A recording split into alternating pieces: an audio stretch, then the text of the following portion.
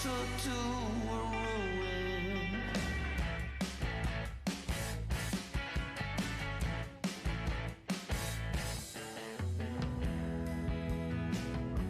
We step in on night, sleeping with eyes wide open,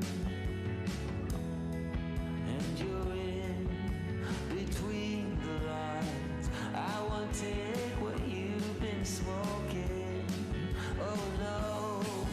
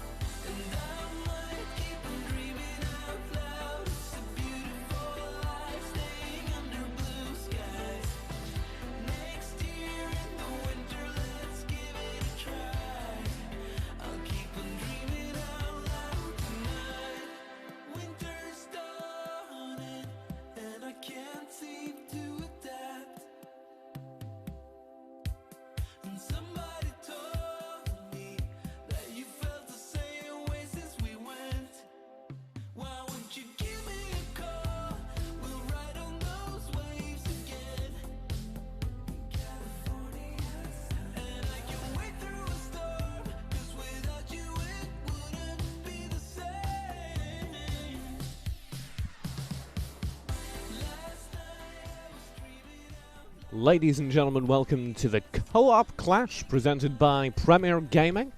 My name is TJ. This is... oh god, I really should have kept count. Probably in the 10s. We've probably done this tournament at least 10 times.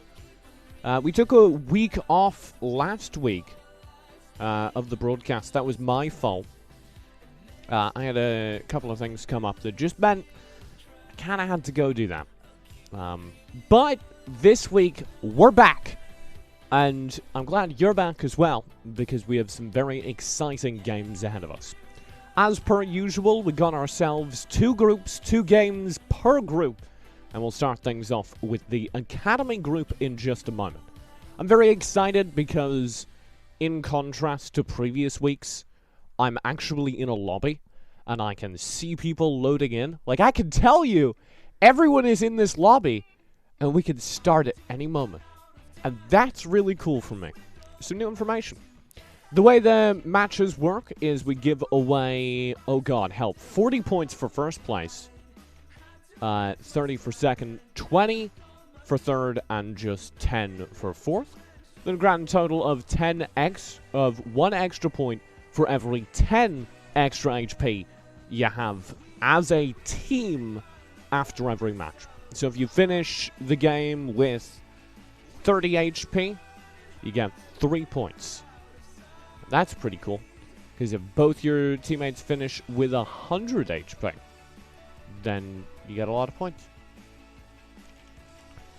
And I think we've had almost maximum in points last week. I think we almost hit the maximum amount of points that people can gather.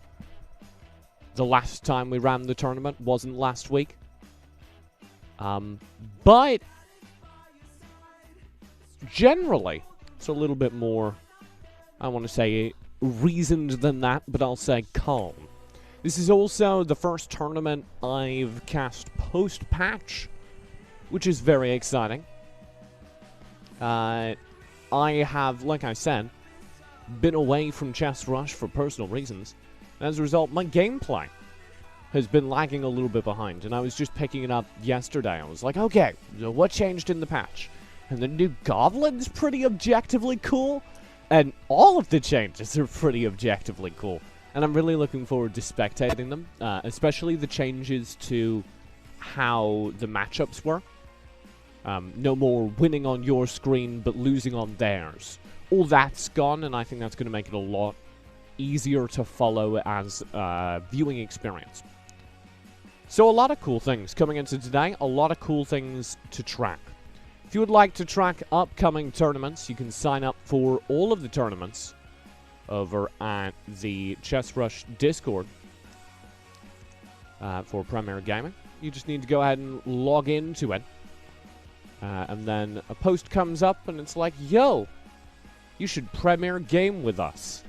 And then you can Premier Game with them. I will, you know what I'll do? Right now, because we have some time as the lobby's not quite started yet. I will roll through and grab the invite link for that server and throw it into the chat. Because it's very easy to sign up, and we have 2 groups. We have the Academy group, which we're about to start. And that's very cool, I think. Because it's all the people that are just brand new to competitive. It doesn't matter.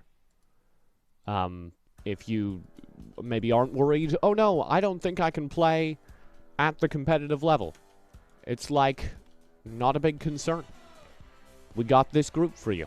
It's a group made for anyone who wants to play. Then people who win in this group go to Group B later on.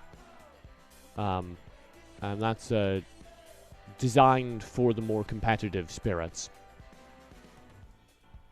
Oh my god. In-game voice chat? You guys didn't even hear that, but I could hear the 5K esports members chatting to each other. And I spent like 5 minutes trying to track down the Portuguese that was randomly on my PC. If I sounded distracted, that's what that was. It's like, why are people speaking Portuguese? And then I found it, and it was coming from Chess Rush. It looks like... Sorry, I'm filling. It looks like we have a run in the lobby. So hopefully we are, as I speak, getting into game. So we can drop the music, bring up the game sound, and fade us into the action. Our teams for the first match of the day are as follows. It's going to be Guru Gang, which is Spooby and Syphilin. A Troubled Few, which is still iKillshot and Ninja. 5K Esports, Lecco and Hunter. And 5K 2.0, which is Jibber and TH Walker.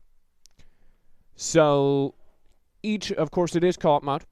So each of these teams will be combining their HP at the end of the game. And we'll give them bonus points based on how much HP the winning team has left. So our little rules change things up a little bit from how things traditionally go.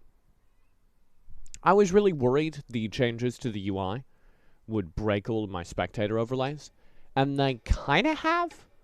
Over in the top corner, we're overlapping the word round 1, kind of. I'll move that between games. I'll put it center. That'll work. Other than that, though, we're good, which is incredibly cool. Let's take a look at kind of how the lineups are shaking up. We had a while, and I think we're kind of still in this universe where people just pulled out, cyborgs right off the bat. Hey, cyborgs are solid starters.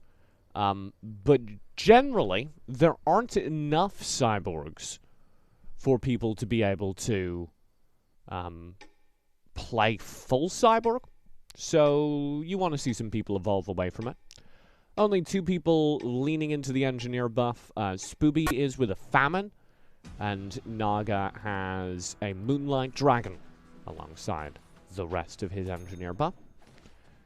I have received some corrections from the chat. Nagasaki is in for Lecco, and Leifang is Syphilin. Which I assumed was true, because people's usernames never really match their in-game names. But, you know, it's nice to have the confirmation. Shout out to chat.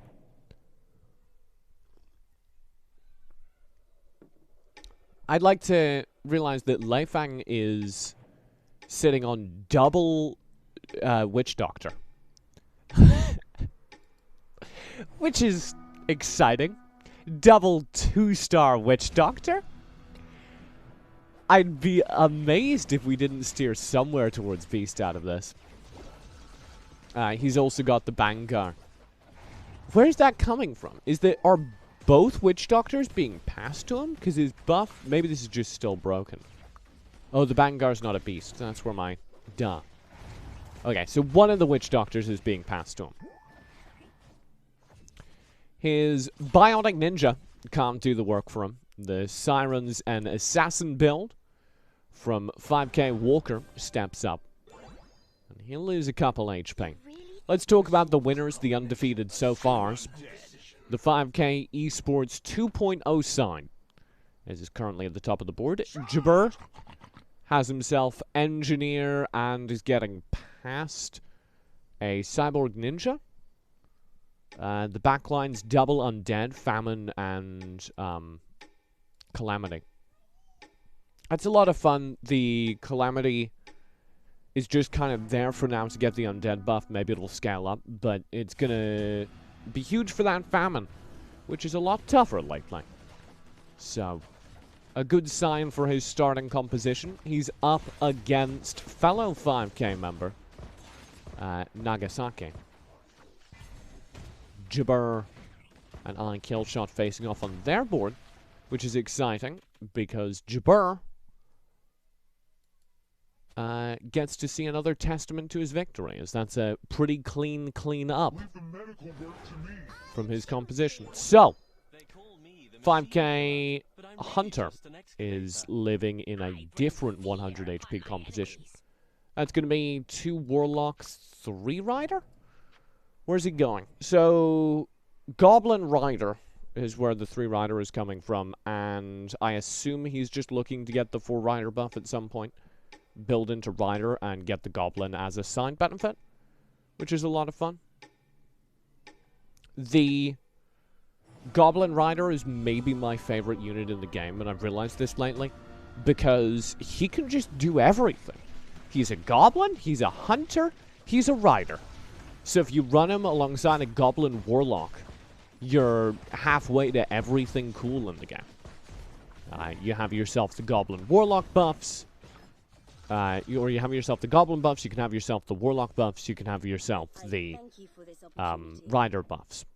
Slot in a calamity and the undead warlock whose name I'm blanking on, Misfortune. And you have a holy set of buffs that are a lot of fun. But we're nowhere near there yet. He's also got Templars in the composition, which is a lot of fun because that could go a lot of places. His buddy, Nagasaki, has Cyborg as a start. He's passing quite a lot of that over the Steel Fist and the 2-star Supersonic. But everything else is also looking pretty darn Cyborg as well. The Lilith is the only exception. So I'll be very interested to see if he sticks with it. As of the most recent patch, it is darn near impossible to get Cyborg legendaries. I'm a massive fan of the late game Cyborg comp. I adore it. Oh, new goblin. Sorry. I'm a massive fan of the late game Cyborg comp. I adore it, and I have not once been able to run it post-patch. I've gotten a lot of cyborgs, and they're all pretty chill, cool, radical dudes. But I have never once gotten the 6th cyborg buff.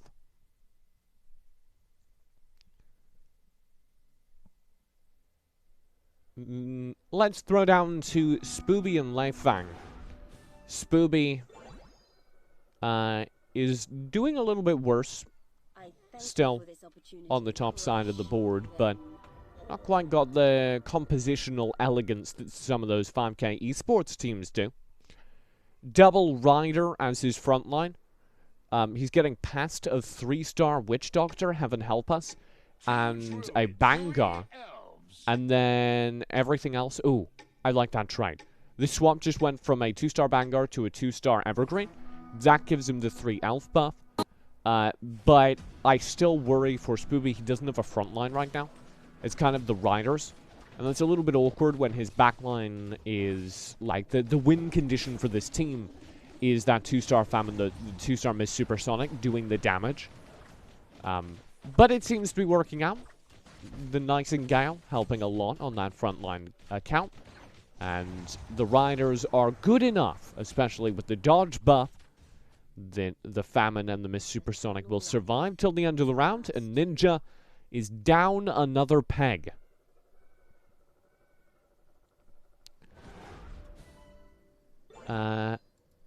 Lei Fang has himself this weird druid sitch going on. That's short for situation. He's almost got a 3-star Evergreen. Are we... Yeah, if he gets a nice owl, he can get the 3-star Evergreen.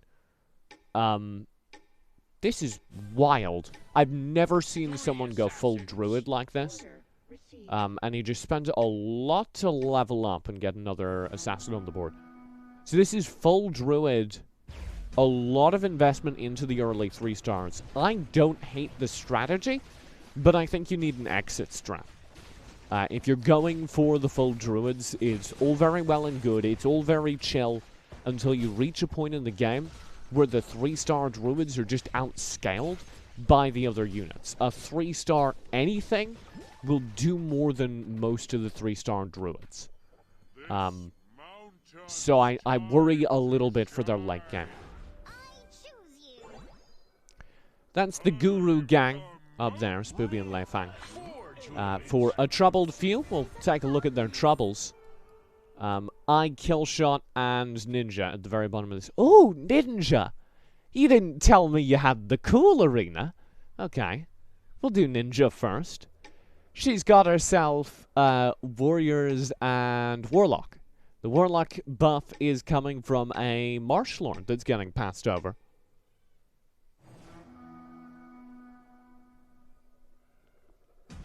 He has the Marsh Lord giving him the Warlock buff that's getting passed over. That'll give him a little bit more survivability on the warriors, but it's not gonna save him. The problem, I think, with her composition is just that if you're going to go this warrior composition, it needs to be higher and higher and higher level than any of the other compositions. You need those early 2-star warriors, and you need a lot of them. And Ninja, she doesn't have that yet. You can see there's only 2 2-stars. That's a sentence. And then a 1-star Wukong, and the 2-stars she does have are Bangar and Ice Tusk, neither of which are great. So, I'm a little bit worried. Cool board, though. Killshot has assassins to go with. Oh, okay. I just collected something. Witnessing the 3 assassins. I'll get to it in a moment. The 3 assassins here are built around Oceanborn and CC, which is a lot of fun. This is the maximum buffs coming out from Killshot. They've got Goblin buff, Undead buff, Beast buff, Assassin buff, Warlock buff, Oceanborn buff, and wait for it, level 1 Warrior buff.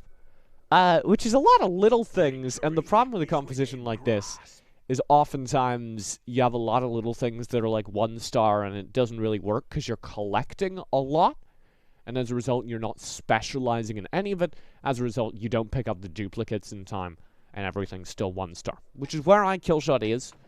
Their spot of hope, I think, is that they've got the double CC early. That's Kraken plus General of War. So maybe that makes a difference, but I think they need to, similar to Ninja, they actually both have this problem. They just need 2-stars. They need to be keeping pace, because they're playing into people like Leifang, who have the 3-stars, and that's going to cause them trouble. I did question Leifang's composition earlier, and it will probably lose here, but I want you to know I made a connection when I saw those assassins on Killshot's board, and that is, I said when I was observing Leifang's board, he needed something to scale out of the druids with, an exit strategy for the druids. The exit strategy he's chosen to go with seems to be these assassins. So you've got the elf assassins, and you can kind of go along either of those routes come late game. So I like the way Leifang's playing this. I don't know if it'll work, but you've got a lot of fun flexibility, because you have 2 really open avenues to kind of spiral down as we go to the last phase.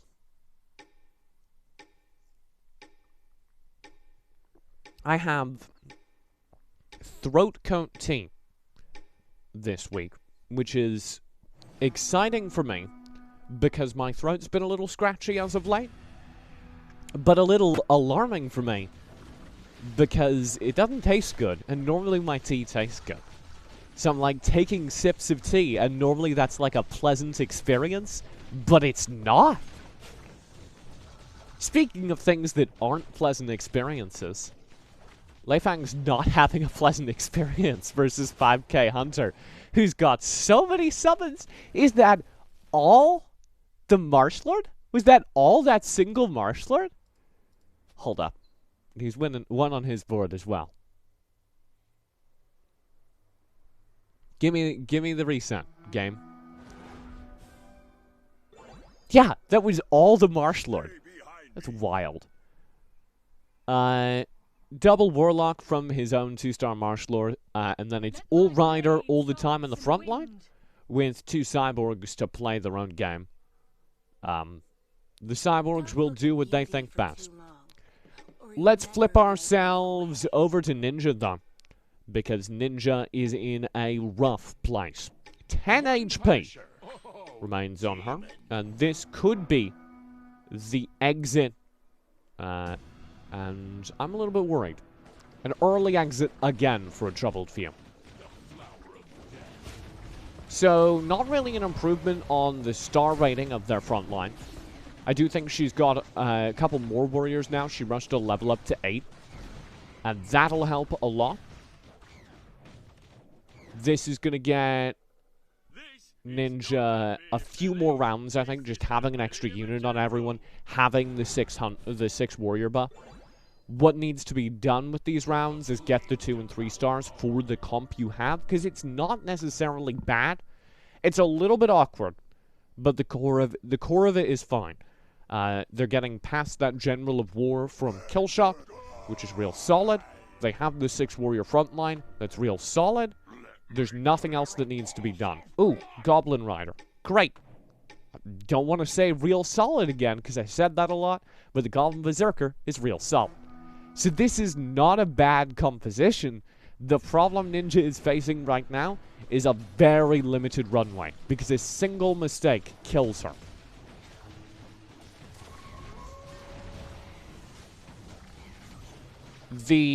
I'd like to see the reintroduction of the Warlock buff here. I think I'll have to check on Killshot's board. Uh-oh.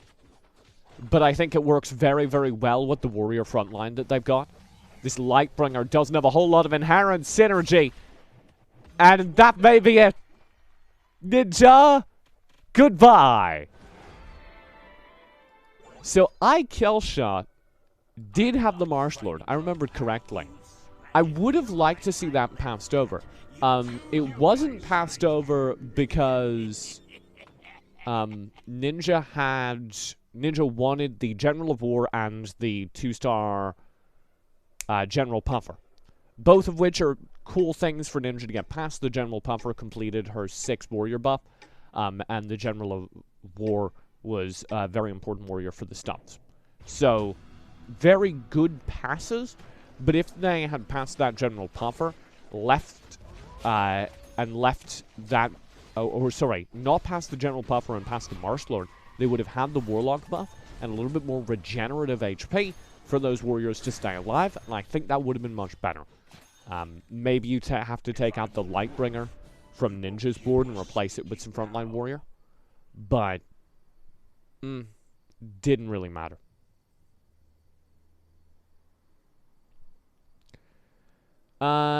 Spooby, I'll throw back up to him. We'll work our way through the board. Is down to 74 HP.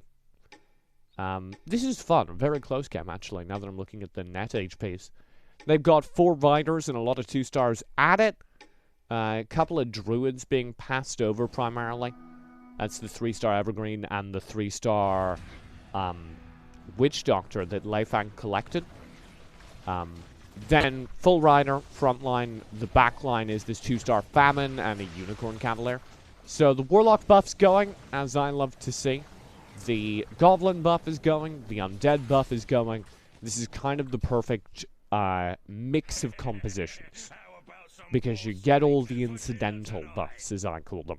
You have all the buffs that you can pick up with one or two characters. So it's kind of exactly what you want for a mid-game. As we head towards the late game, you want to see a few more specialized characters. A little bit more of, hey, we're going for this specific composition. Otherwise, Spooby's going to get left in the dust. But they have a lot of pivot points for that. You could go double down on the Riders for the front lines. I'm not a giant fan of that. I think one of the other weaknesses of Spooby heading into late game is I want to see that Famine replaced with something. I have a little bit of a hatred for Famine. Although it's been upgraded. It's been buffed, so maybe my hatred for Famine is outdated. But I'd love to, like a Kraken instead of the Famine would be solid. They'll get the 2 Undead buff, even by taking out the Famine. And if you get the Kraken, then you have a little bit of extra CC, you have a little bit of extra stun. I think that would be really good. I'm always at the center. Spooby's winning now, so we'll take the attention away from him. Hunter is not, down to 28 HP on a several round loss streak. They're also going Rider comp. Oh my, what a decision. 6 Riders in rather than 1 General of War. I'm kind of torn on that. Because obviously, oh, it's a 2-star General of War, this isn't even a question. Oh, rather than the Warlock buff. Okay, sure. Sure, that's the right way to play that. I'm not sure about binning. Wait, he loses the Goblin buff as well for binning the Goblin Warlock. I wouldn't have binned it. I would have tried to build a 2-star. Because having the Warlock buff and the Goblin buff is very effective for just frontline compositions in general. Warrior comp, Rider comp benefit immensely from just having things that can be the frontline. But the General of War is very important. And anytime you can have a 2-star General of War, you're in for a good time. Unfortunately, it's not saved him. Hunter is now at a grand total of 19 HP. You could pull out some various other undead units, or warlock units rather, with the undead warlock, the misfortune. But he doesn't have any on the bench. He's got... I think I disagree with binning the Goblin Warlock, because he also lost the Goblin buff, which is incredibly effective for instance, Riders, because it just makes all the Riders hit more, which is real solid. TH Walker, now on the cards, will absolutely obliterate Hunter in the early game. Now it's just a Blade Dancer against the world, and the Riders stand tall. I suppose that's the benefit of the 6 Rider bow. It gets you a little bit more units. They'll last a little too long in the rounds. We lost Killshot now. I didn't tab over to catch it in time. But that does mean that our first team is eliminated. A Troubled Few are out of the game with just 10 points.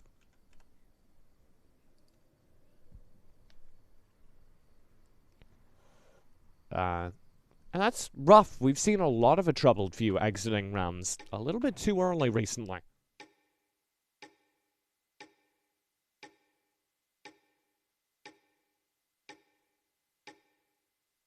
Man, sorry, I had to blow my nose. I'm really excited about the Minotaurs. And I know that, like, this isn't esports, but the Enraged Minotaurs just look so cool. A lot of the new monster designs I, like, just want as units, you know? Victory is within grasp. I'd like to be able to play an Enraged Minotaur, if you don't mind. So Hunter is now the lowest HP member on the board. That is 5k esports, I believe. Though it admittedly is hard to keep track. But I believe Hunter and Nagasaki is 5k esports, and Jabur and TH Walker are 5k 2.0. But I'm going to double check because it's about to be very important. Haha! I'm right. That was my being right sound. This is 6 Cyborg. The Madman, he did it. Nagasaki got the Terminator. What a Madman! They said he couldn't do it. They doubted it. But he comes through. I think he wins. I'll be the smug Cyborg fan. I think he wins. He's got a Guru as well on his bench. I think he's got it. It's a lot easier to do in the co-op mode, because you get basically 2 draw boards to build the 6 Cyborg out of. He's being passed a couple of units, theoretically, from his partner. But he isn't being passed any Cyborgs, so that's very exciting, because it means that he just drew 6 Cyborg on his own. Which means it's possible for all these men. It's possible for all these boys.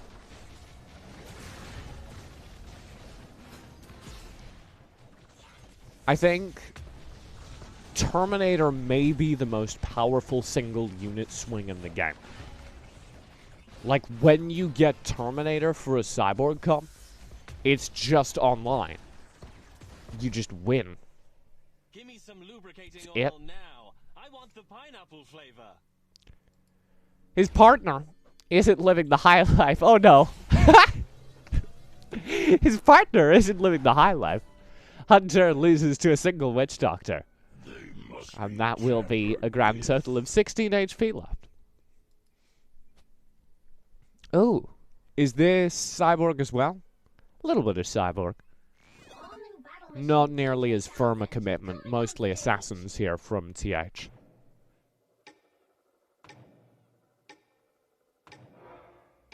4 engineers. 6 cyborgs. Oh, did he just draw a Terminator as well? I looked away to blow my nose, and he's got the Terminator. All right. So, 2 6 Cyborg Terminator comps in the same game. What are the odds? Before you say them, I know they're not literally 0, but they are astonishingly low. What a cleanup. All right. T.H. Walker has just hit a power spike. As I said previously, I think getting a full Cyborg comp wins people games. Let's talk about Spooby and Lefang. Spooby, whose board we haven't looked at in a while, has Ryder for a front line. Hunter up back, still a smattering of buffs. This is worrying because I don't see where his late game goes still.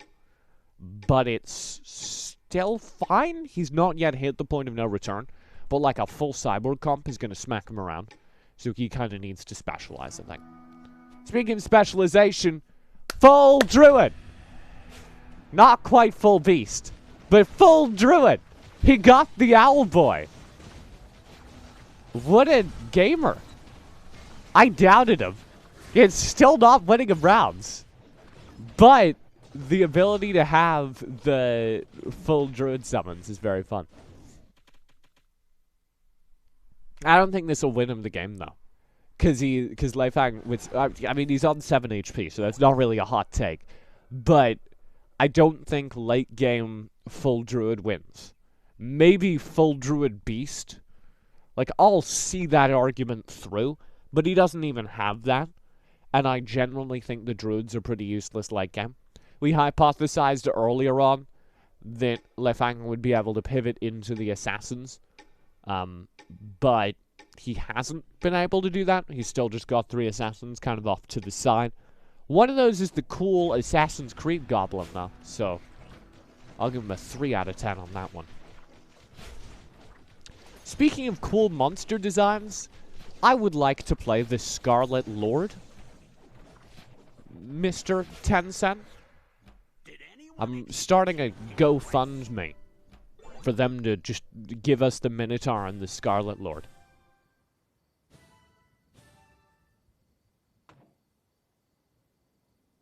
As playable characters. That's the important part.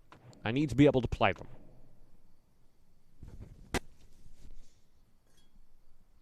So, we've had a lot of people hit their weird ideal compositions. Spooby did eventually get a Kraken into this comp. I said he should replace the Famine, who's still, even post-buff, I don't think scales great into late game. I haven't seen enough competitive games, I haven't played enough games of the patch for me to have a firm opinion on that. But I don't think the buff means that the Famine's late game problems are solved. It just means they do more damage. The Kraken should help, but it's dying incredibly quickly. This actually may just be game. As I was talking about the smattering of buffs, the hey, I'll have a little of anything strat just does not work into a composition that has achieved peak Cyborg performance. Leifang's Druid Comp's already gone. Spooby's got 2 HP. I think we're about to lose another board. Who dares to wake me up? 5K Esports lost one of their players as well. Hunter is gone, meaning it's all on Nagasaki's back. We'll stay with Spooby for a while. Let my blades dance in the wind. I think they could take out the Famine and replace it with a couple of these riders they're sitting on the bench. I actually don't know why they're not doing that. Take out the Famine, throw in the Templar. And maybe that doesn't solve your problems, but it gives you a little bit more frontline. And especially into all these comps that just have a few assassins kind of spec'd on the sides, I like those odds better, because that famine's just getting deleted. Case in point, that's the game. Goodbye, Guru Gang. And they get a grand total of 20 points on their game 1.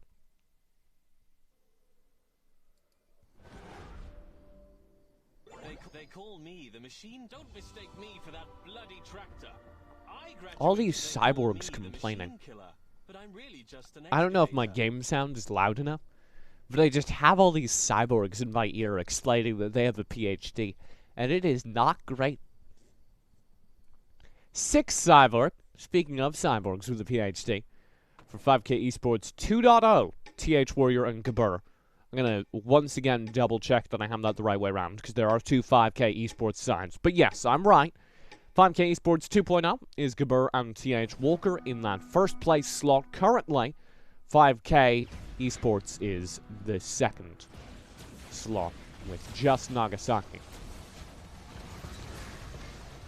So the big AoE damage should be threatening against Gabur, who's packed his units quite tightly. But he just has the ultimate answer in AoE damage with a Terminator and a Lightbringer. With greater magic comes greater strategies. Nagasaki wins over TH Walker, though. Does everyone... Hold up.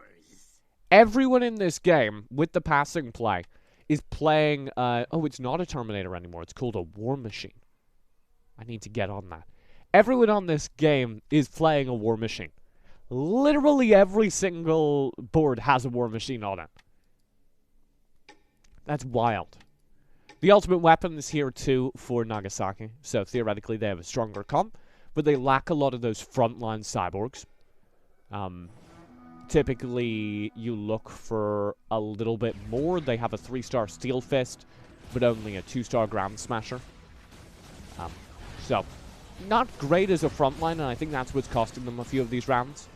Versus Gabur, the frontline kind of just gets overrun and then things happen. But this time around, they survived the RNG. I think the Lightbringer cats didn't get off. And without the Lightbringer RNG, it's an easy win. And this isn't necessarily a done game. Nagasaki may still win this.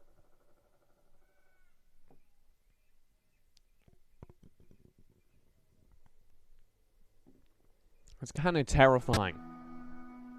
Maybe I need to...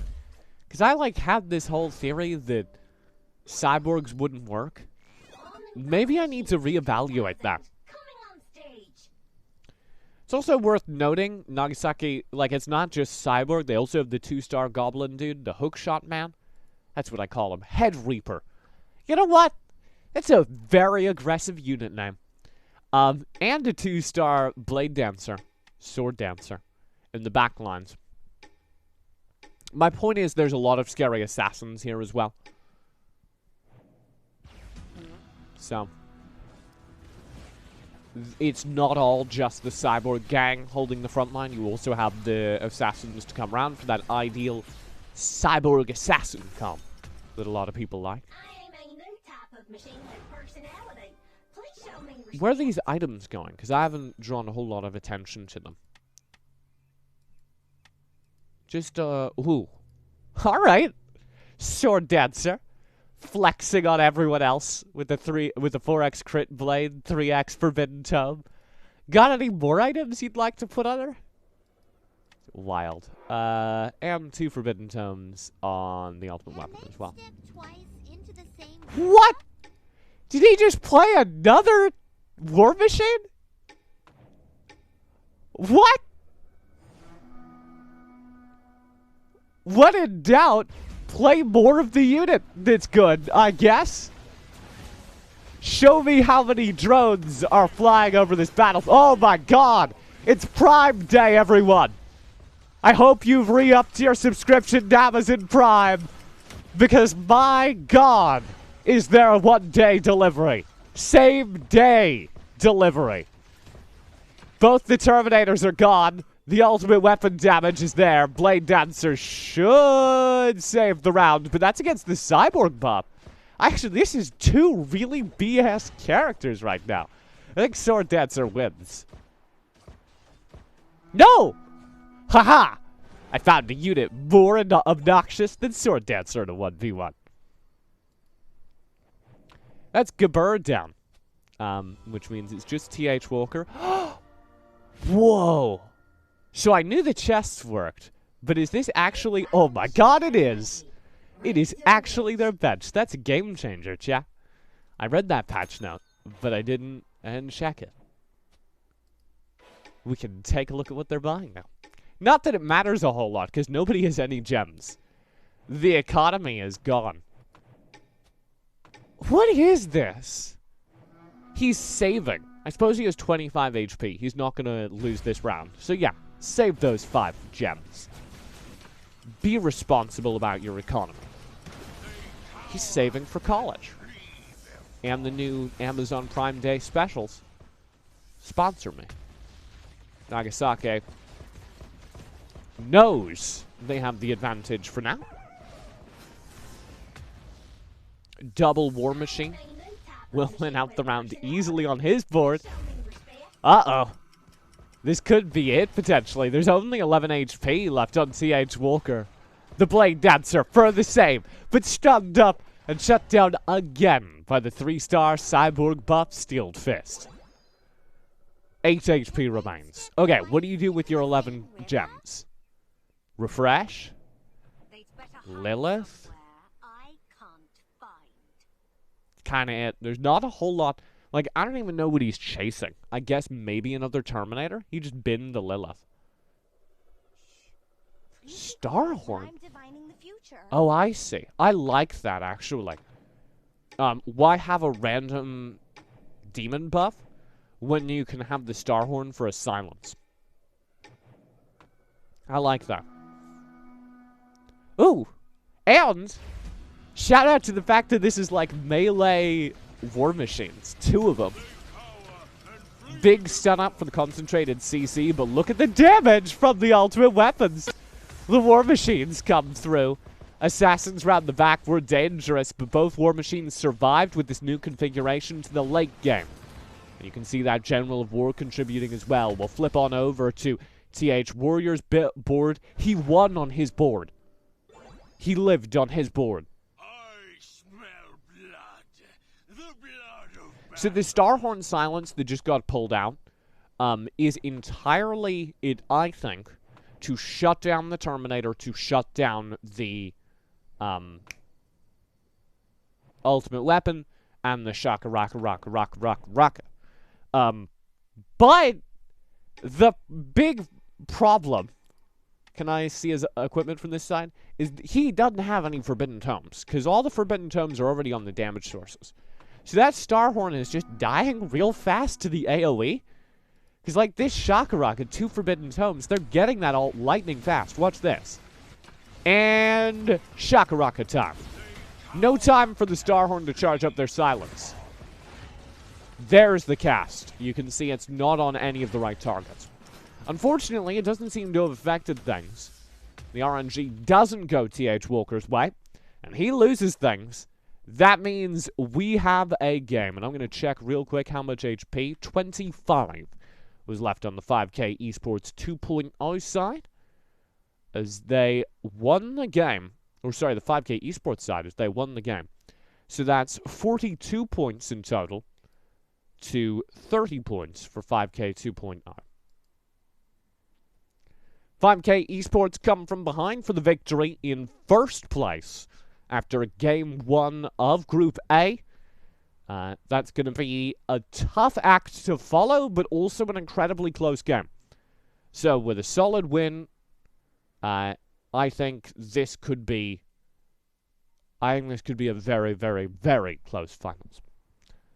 Don't go far. We'll go to a quick break. We'll be back with the results updated and validated, and a game 2 in the books. Till then, I'm going to go rest my voice and sip some tea. I'll see you in a moment.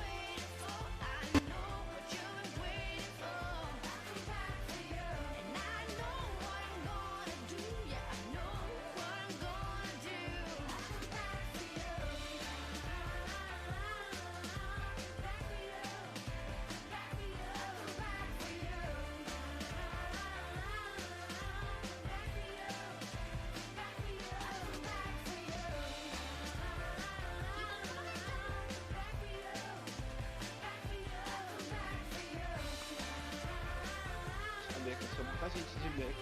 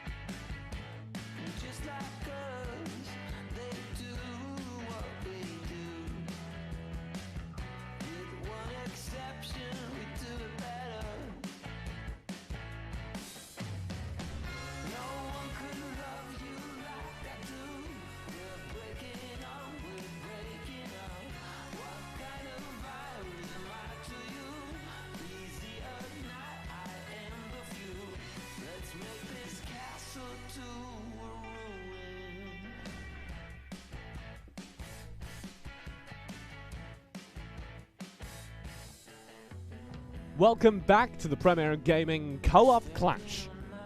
My name is still TJ, all alone on tonight's broadcast. We've got ourselves just one round remaining. In Group A, 5K Esports had themselves a kind of rough time of it. But they pulled through. A come-from-behind victory with one player remaining in 5K 2.0. Drop out. One thing's for sure, though. Now is a great time to be a fan of 5K Esports. Because one way or another, the organization was bound to win that game.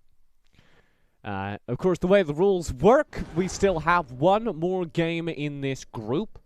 One of these teams will go home here as the champion, but we still have plenty of opportunities for that to be anyone.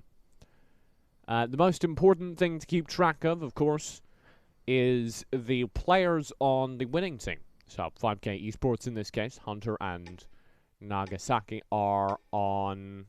Oh god. I keep having to double check this because they made their team names so similar. So I just like to point out that it's not my fault. I was right!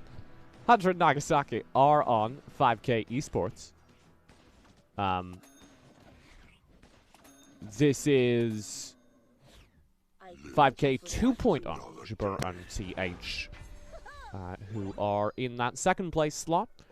But the most important thing is that first place slot, because with 40 points, they just need to, like, do alright here to lock in a win.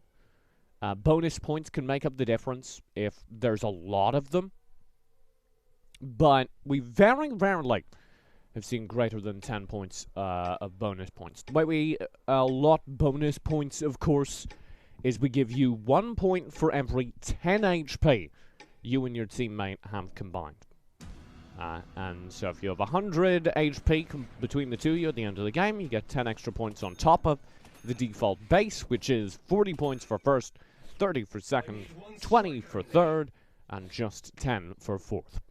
That should give you a pretty firm understanding of who won the last game. Don't even try to brag. A troubled few did pretty well in the early game, but weren't able to make the pivot towards their late game compositions.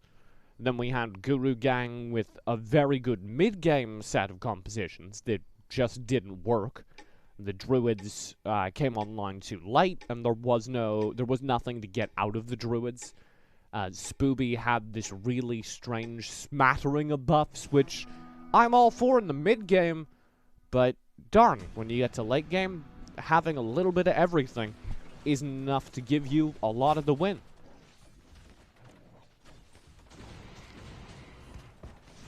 $5K and 5K 2.0 battled it out to the end on relatively even scores, though. So we'll look for that to be the same. Let's take a chat about what people are starting with at the beginning of this game. Ninja's going Demon Rider kind of thing? Alright. Ninja, we gotta talk. 'Cause, don't get me wrong, you've been around, you've been playing a while, but we keep seeing the same comps from Ninja. She goes for Warrior or Rider as a frontline. And I think the greatest problem that she's encountering is she's not committing hard enough to one of these compositions in the, okay, sure, well, just everything I'm saying, you just do the opposite of it while we're watching, and then I'll look real cool. Thanks, Ninja. So this is what I've been begging Ninja to do for the last, like, 4 weeks. She just needs to re-roll a little bit more, dedicate to a specific comp during the early rounds, get an early set of 2 stars for the frontline she's committing to. There is nothing wrong with building Rider, there is nothing wrong with building Warrior, but you can't do it in the mid-game. If you're living the Warrior life or the Rider life, you gotta choose it in, like, round 2. You gotta have those 2 stars before you're in the mid-game point and people are slapping you around with their partially formed combos. This time, Ninja's off to a good start. 2 stars right off the bat. The holy light shines upon us. So, you know, I guess I should stop flaming the players. Let's take a look at the other comps, as Ninja seems to have stabilized from a little bit of a weird early draw. Spooby's going full cyborg. After last game, I don't blame you. Last game was a selling point for the full cyborg compositions. Everyone was having a lot of fun with the cyborgs. But I feel like that's unsustainable. I feel like some people got really lucky, right? Everyone getting a late game war machine is a little bit strange. That's not just me, right? They disagreed. And just had everyone get the late game war machine. So, maybe I'm undervaluing how easy it is to get the cyborgs once you get to the very late game. As I said, kind of anecdotally, I was playing some cyborg comps, because I liked myself some cyborg comps. And I would get to level 9, get to level 8, level 9, and never be able to get the draws, because the odds are just so low now. But everyone did it. They'd better hide somewhere I can't find. This is the 5K boys. By the way, you might be able to see the mic icons. I learned something about the lobbies just now. You can't mute the voice chat in the lobbies. People can just talk, and there's nothing you can do about it. And I'm sure they're very nice people, but I was like trying to work out where people were speaking from, and I couldn't catch it. I couldn't figure out where the words were coming from, because I'd muted the in-game lobby. And yet, it was the same man. The 5K Esports 2.0 sync communicates in-game. Sometimes at the expense of my audio quality. So if you heard a few stray words of Portuguese, I haven't learned another language. It was just them chatting in the lobby.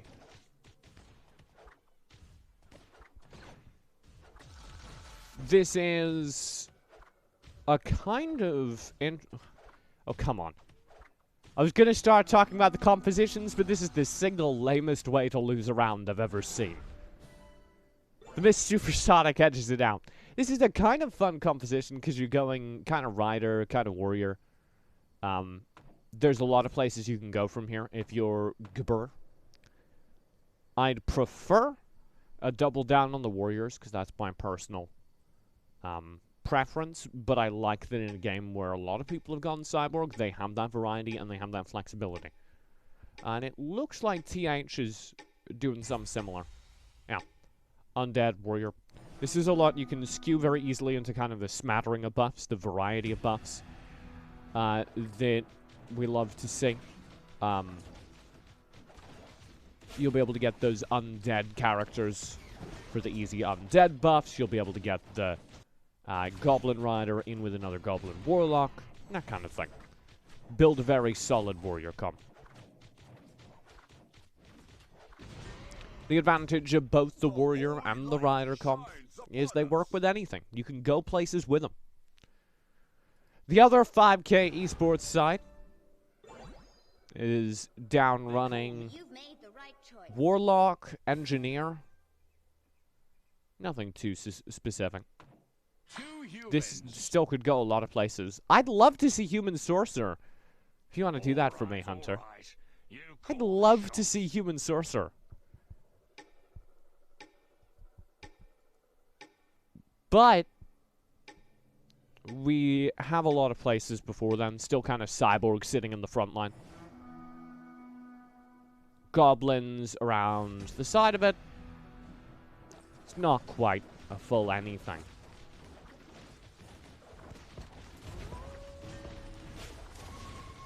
Human Sorcerer, or just full Sorcerer in any way, generally makes me very excited because it's the kind of chaos I need in my life.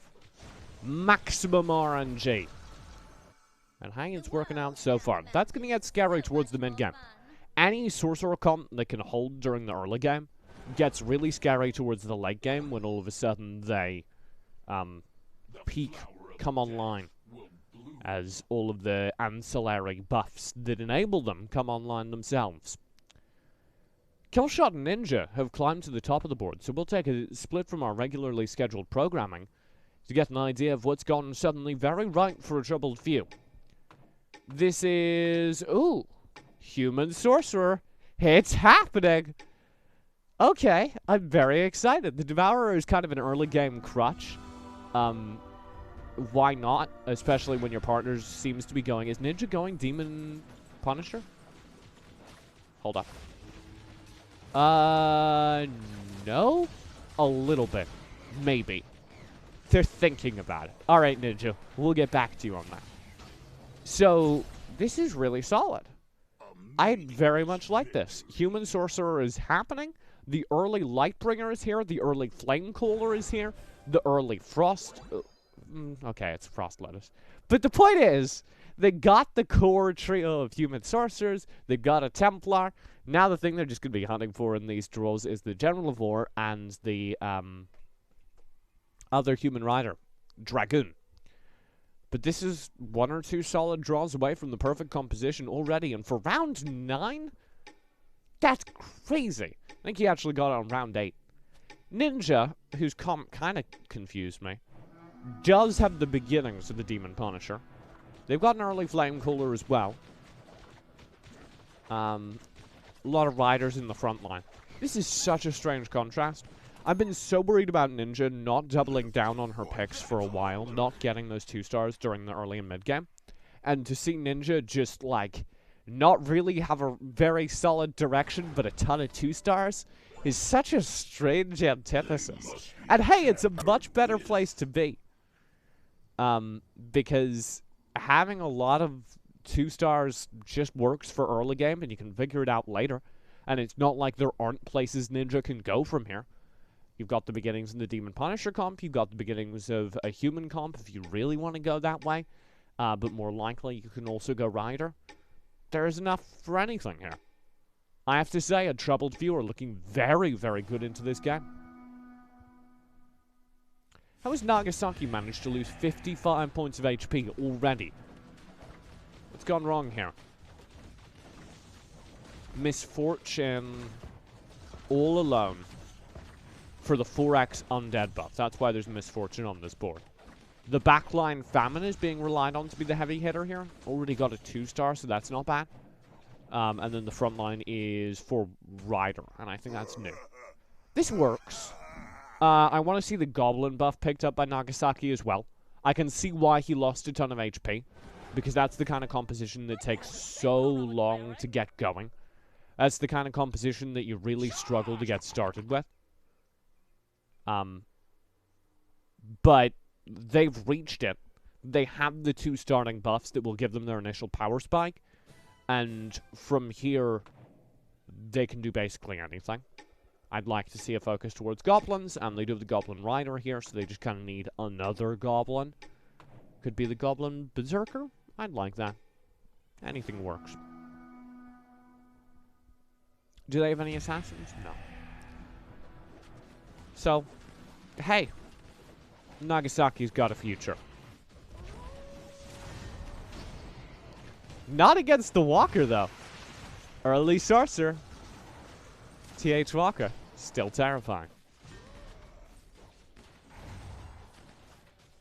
I don't know how you deal with that as a front-to-back comp. If you're relying on your units getting to the front line, taking fights as, like, melee range things, and you're facing a Sorcerer comp, my best advice to you is to buckle up. Spooby has Assassin, Demon, Punisher, but not really enough of any of them. Not quite enough of the demons. Did just get Goblin buff. This is the same thing Spooby did during Game 1, but less successful so far. Have a little bit of all of the buffs and rely on the combination of them to carry you through stuff, which is not a bad idea. But the buffs that they've got this game are noticeably worse than the buffs they normally get. Normally you have some Warlocks in there, that kind of thing. This is just full Assassin, and then like the start of a Demon Punisher. It's not enough. Case in point, another firm loss dealt by the Sorcerer comp of TH Walker. Sorcerer Warrior comp. Lefang is Spooby's partner. They're even lower, just 11 HP remaining. Lefang has Rider for frontline. Backline is a couple of cyborgs. That's a problem of just being outscaled. Because there are other people on this board with these things, and they have them better. And that can sometimes just happen with the luck of the draw. But it's also incredibly unfortunate they built a front-to-back fighting comp. A comp that wants to take the front line, fight slowly, into a series of compositions that all have a ton of sorcerers. Because this grouped-up, bricked comp is going to just take, like, for instance, against Hunter, they're just going to take this Flamecooler and this Frost Lotus to the face. Look at that! There's nothing they can do about it. And maybe if you have some sorcerers of your own, there's a Flamecooler that just got added to the comp, or some backline Hunters more than the Mist Supersonic. You can do something about that. Could go Assassin. But 1 HP remains for now. Spooby has some Assassins. Maybe that's the path to victory. Instead of instead of worrying about the riders, you just double down on the assassins. He's got the Harpy round to maybe save things. Lefang has 2-star on his Flame Cooler, so maybe that'll save things. Uh-oh. The Harpies are the real assassins! They're into the back lines! He's not going to lose on this round. But, case in point. What a perfect Example. That's all of them. Look at how hard it is to make this comp work.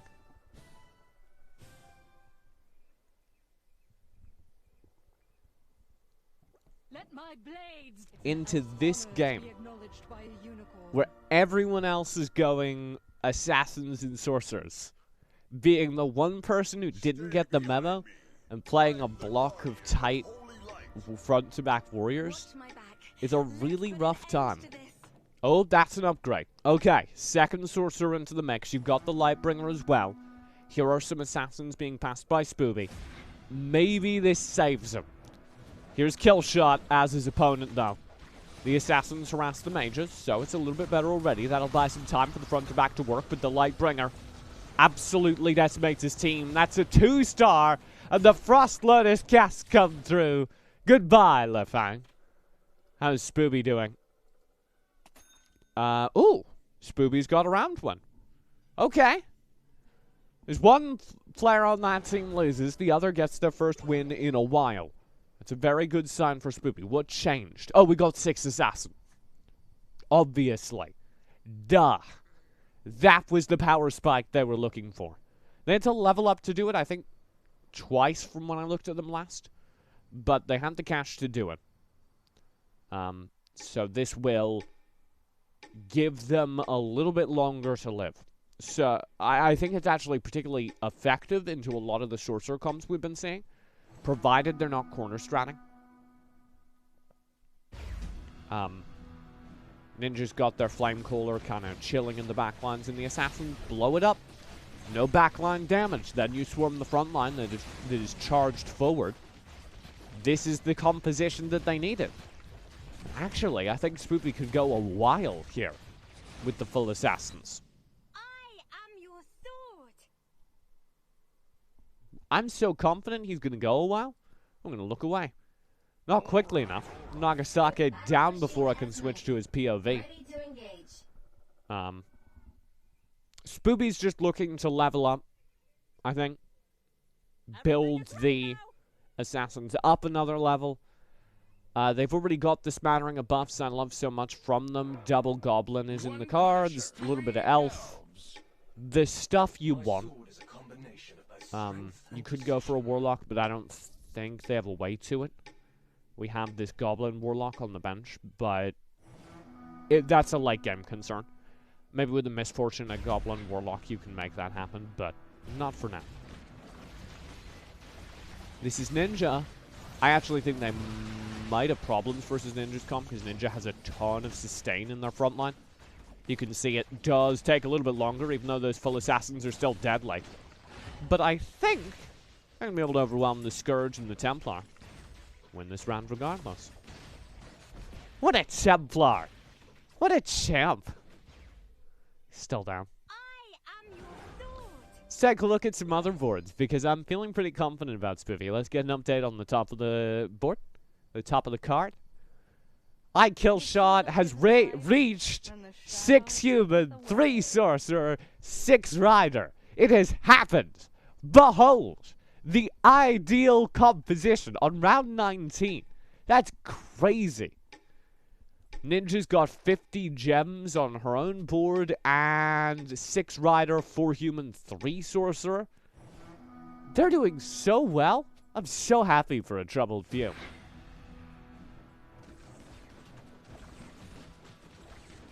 I'm so genuinely psyched that a troubled few have managed to survive this.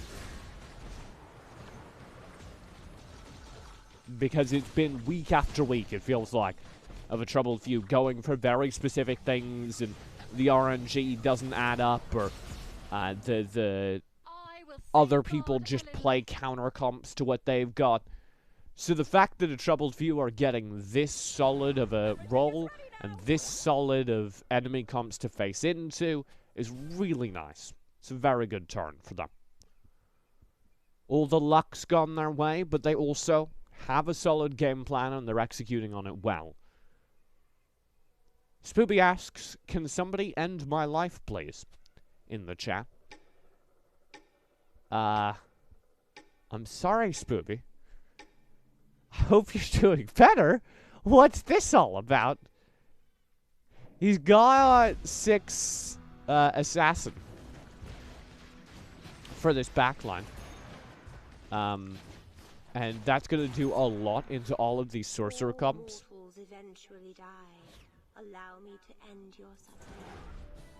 We'll see whether or not these sorcerer comps can develop into the late game and counter the full assassin. I think they're going to struggle to, especially as this cyborg assassin gets passed in as well. I think they're going to struggle to. Normally, full assassin is a really bad choice. I'll insist on that. But when it comes to a matchup like this, where everyone is running these squishy backline sorcerers, and the closest thing to a frontline you have is a couple of people with riders, this is suddenly a stroke of genius. Look at how all of these assassins just cut away the sorcerers and then swarm the riders. Uh-oh. I talked it up on the wrong round. This might be it. Lilith B3. Ninja finally gets her riders scaled enough. 2 HP! Spoopy, hold on to something.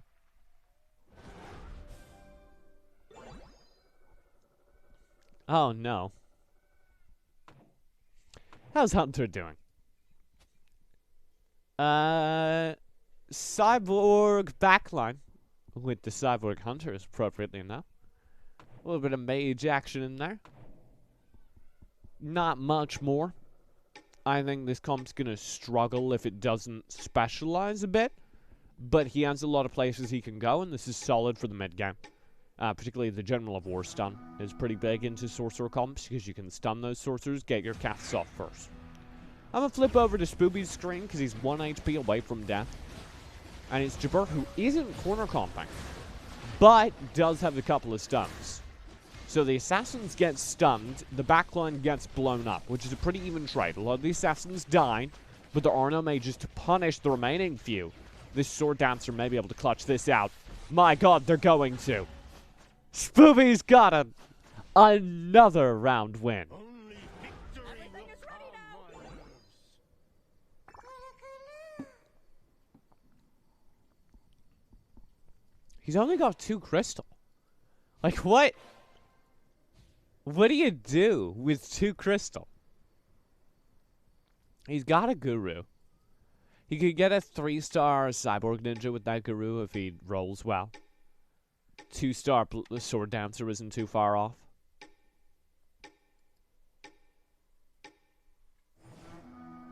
I think if you get another sword dancer, you spend the guru for it. Oh, but he's 1 away from a 3-star cyborg ninja. 1 away.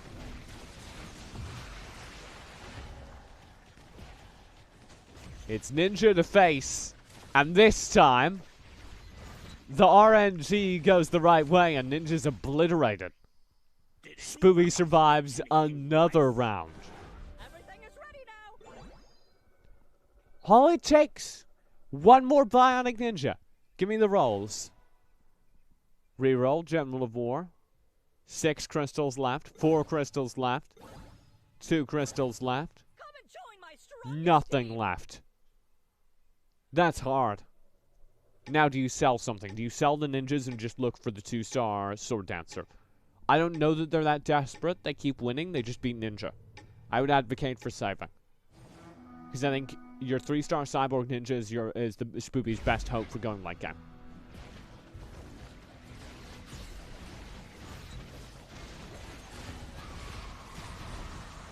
Uh-oh. TH Walker with the big stuns, and it doesn't matter. Spooby's got another round. No one can escape their fate. He could have pulled out a couple of assassins from those rolls, a couple of stuns, but this is kind of a rough time to be Spooby. I think he doesn't want to diversify. There's a Unicorn Cavalier? He didn't have one of those. Not a giant fan of the Unicorn Cavalier purchase. But hey. Always useful to have. There's a Guru for Hunter as well. They too are plumbing for an upgrade. If they spend this Guru for a 3-star Frost Lotus, I will officially declare that God has forsaken us. Because a 3-star Frost Lotus is not great. But it would look really pretty. There would be a lot of ice. So if you're a big fan of particle effects, I guess you can make the case. The rest of this comp doesn't really need a firm upgrade. This is a good place to be. I want to... Where's the undead buff at? Just 2. But he doesn't have a lot of physical damage. Okay, no. I'm going to take it back. I would swap out that famine. Put something in instead of that famine. Put the Cyborg Ninja in instead of that famine. Because I don't think the famine's doing a whole lot. God has forsaken us. That's a 3-star Frost Lotus. Finally, we got the top How's notch Spooby guy. doing? Hookshot. Another Come enjoy my strongest team. Head Reaper. Is that his name? Oh, he's got no cash. Why is he building the Unicorn Cavalier? Maybe you could go elf with it? Wouldn't hurt to have a little few more riders? I don't... Unicorn Cavalier is still a mystery to me. This is I Killshot I'm playing into. Currently top of the board. If anyone is going to overwhelm it, it should be him. And actually, the early casts from those fed backline mages make things difficult. But not impossible. Spoopy's got another win. He is somehow still alive. Hunter is not. His composition falls short. And that's going to be a final scoreline, actually, for 5K Esports. They won last game. They go out first place in this game, which really sets them up for an upset. Grand total of 50 points. That's actually a very big upset.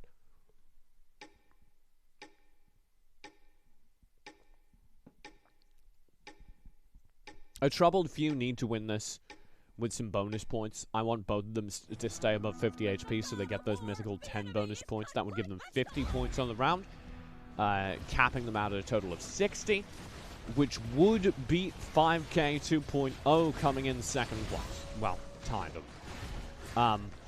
Because if 5K 2.0 come in second place again, which it looks likely, that's literally what they need. Stay above 50 HP. Each. One of them stays above 60, it's a win, not a tie. Spooby's gone.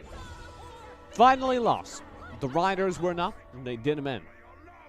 Now we have the 5K 2.0 side locked into second place. That's Guru Gang out in third. So they get 40 points on the video game. Coming out of game number 2. So, Killshot and Ninja, in order to win this, and not just place better, need to finish this game with more than 50 points each, 100 HP combined. That means they can't lose very much here. They're kind of playing at the end of their run. 5K 2.0 playing into them are, of course, lower on HP. They just can't lose. But if they get first place or they knock a few more points off, finishing in second will still win them the game because of their performance during game 1. Unfortunately, Gabur's Rider human comp seems to be falling short. Oh, no. That might be game. He's out. That means it's all TH Walker, but Killshot's knocked below. Is that it? 6, 7, 8. Yeah. I don't think they can win. Finally, we got the top notch That's guy. heartbreaking. They're 1 point away. Strongest team. Because if 5K Esports come in second place here, they'll get 60 points. That's 5K Esports 2.0. They'll get 60 points at the end of the whole tournament. A Troubled Few get 40 points by default for winning. They already have 10. That brings them up to 50. Then 1 point for every 10 HP. If they had over 100 combined, that would also bring them to 60. But they can't do that anymore. Me doing math on stream was always dangerous, but I'm confident I'm in the right here. TH Walker will go down another peg, but I think the necessary damage has been done, particularly his kill shot's HP continues to plunge. This is beyond That your is rough. imagination.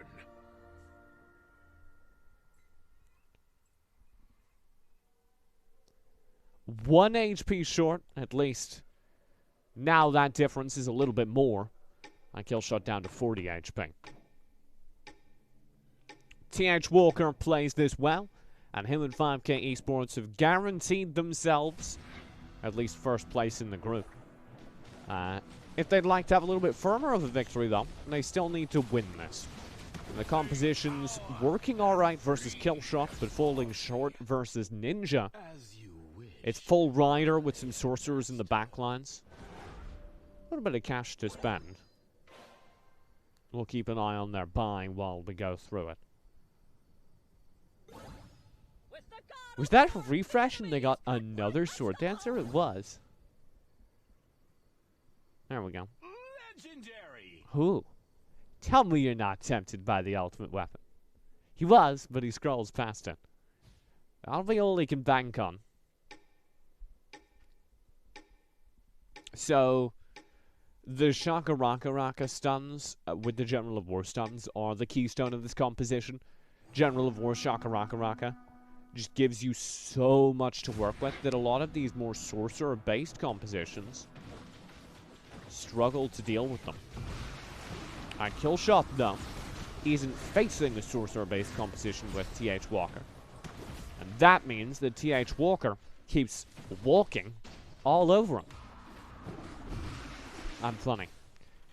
The point is, he's running all these stuns into the front lines against TH Walker, and TH Walker isn't noticing. got the top-notch guy. Because he's got the Riders to just fight that front to back. He's got the Riders to say, okay, I can kill your front line, then I can start working on your Sorcerers. Don't even try to bribe me with just Wait, one why are we now. building a 3-star Wukong? Hold up, I gotta check the year. Oh yeah, it is 2019. Strongest team. Why are we building a 3-star Wukong? Scientists were so preoccupied with whether or not they could, they did not stop to think whether or not they should. Also a 3-star Gordon. Alright, you do you, TH Walker.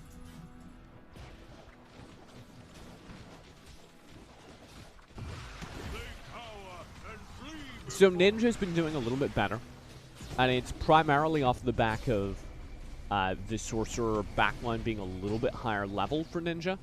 You can see that they're getting a little bit more damage, and they also, Ninja, she also has the Assassins that can challenge, oh my god, they can challenge its TH Walker's backline. So the net result of this is that TH Walker gets pushed down a bit, which is a solid difference from Killshot, who's just playing defense in the corner, and all of TH Walker's comes to him. Let's focus our conversation on Killshot, because he's about to drop out if something doesn't change. What can he do? I'd say he should spread... Oh, he's crying. Somebody call Killshot, he's crying. I think he should spread out his comp. I think this should be less corner comping, because he's just getting hammered by Sorcerers and full front to back. Maybe if he spreads out, he gets that CC off a little bit more reliably and a little bit more deep into the enemy backlines. That was a good Shaka Raka stun. You can see, hopefully, why I thought spreading out would be a good idea. But the Riders can take the hits. It's the big problem. Doesn't have high enough level backlines. The Riders can just take the hits and keep fighting. And once the sorcerers have cast their spells, it's still dangerous. The Ice Tusk, 3-star. Sorry, the Glutton, 3-star. Against 3. I'm so scared to bet against the Glutton. Oh, double recast on the heel. Oh, but the Glutton! The regen for the Glutton! As soon as I declare the Templar's heel recast has done it, we get a tie on the round. Killshot survives. Don't look at beauty for too long, or you'll never be able to look Hunters, away. 2 Oceanborn. Killshot survives on the tie. I think I've never seen something quite as tragic as a 3-star Glutton fighting a 2-star Templar with the infinite recasts of their healing. Maybe the Engineer Blade Dancer rounds. Those are pretty rough as well. So Killshot is building a little bit of bank. They bought themselves a Flame Cooler this round, so I guess they're looking to 2-star that. That would help. As I said, they don't have the mage damage to fight this, which is one of the big problems. Oh, there's some good stuns. Some good casts as well. The Kraken edition, I think, helped a lot. But they didn't have the damage for the backline. Their center, Killshot's center, got stunned repeatedly, and Ninja just lost. I didn't catch how, but Ninja gets blown off the board in a single round. And now, your champions of this final game are 5K Esports 2.0. 70 points with their 40-point win. I believe it was 72 points in total. I'll have to go back and check the VODs for that. 72 points. And a Troubled View stuck in 2nd place. A much better performance from a Troubled View. I cannot stress that enough. It was very satisfying to see a Troubled View be able to put that together, because they have struggled week on week to execute their early game intentions and get that into the mid game, into the late game. I'm very excited to see a more decisive look from them that led to that result, that led to them dominating the entire early game. And it's tragic they couldn't get a win this week. But 5K Esports 2.0 proved that they are the new and improved version over 5K Esports. They'll take the top slot for now. We'll go to a quick break. When we're back, it's Group B. I just realized I never updated what game it was. That was, of course, Game 2, meaning these are the final results of Group A. So we've finished the Academy group, and we're headed into the best group, the beautiful group. Don't go far. We'll be right back in 10 minutes with all the action from Group B. When we return, the co-op clash continues.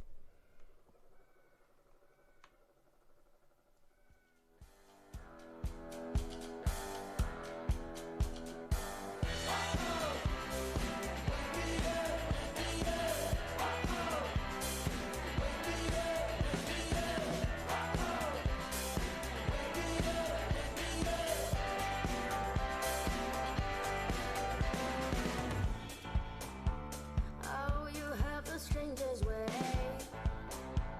of loving someone, and it feels like it's all over before it has begun. Oh, but when we do collide, we're playing no games. Don't you know that kind of love must go down in flames? Oh, we should really leave this one alone, but it keeps coming back, coming back, coming back. Two arms on the floor, a band-aid on the sore. Two lovers, one more. It's such a hopeless situation, but we do it again. Oh, we do it again.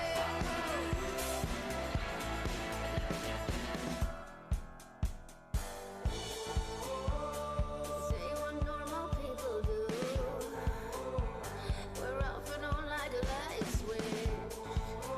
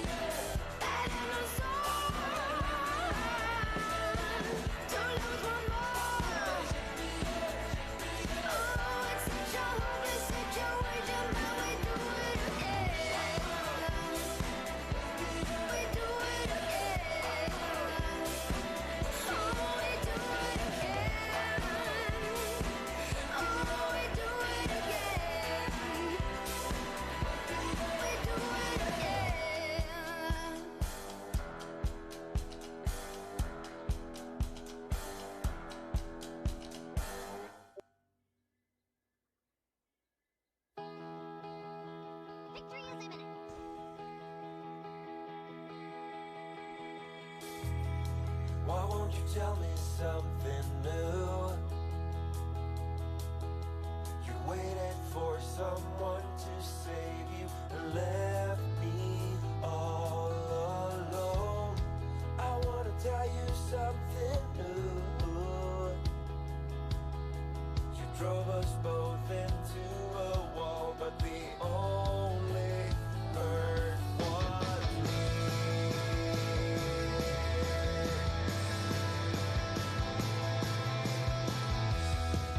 It's the longest night of my life, and the longest goodbye I've cried. I cried away into the night, and I contemplate for a while. When you love someone, you just can't stop. You spin the wheels until they drop. Don't you wish I would've been someone else? I wanna fill your gap without making a mess. And you want to tell me something new. You waited for someone to save you and left me all alone. I wanna tell you something new. You drove us both into a wall, but the only hurt was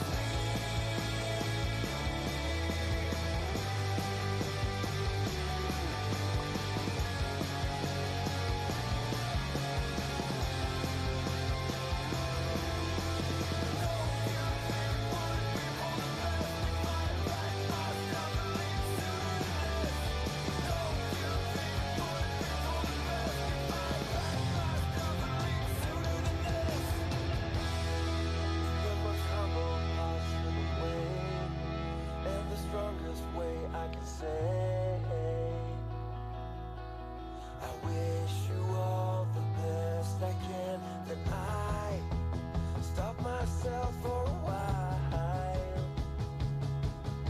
I'm saying things I don't believe. The pain's rising up in me. You want to tell me something new. You waited for someone to save you and left me all alone. I wanna tell you something new. You drove us both into a wall, but the only hurt was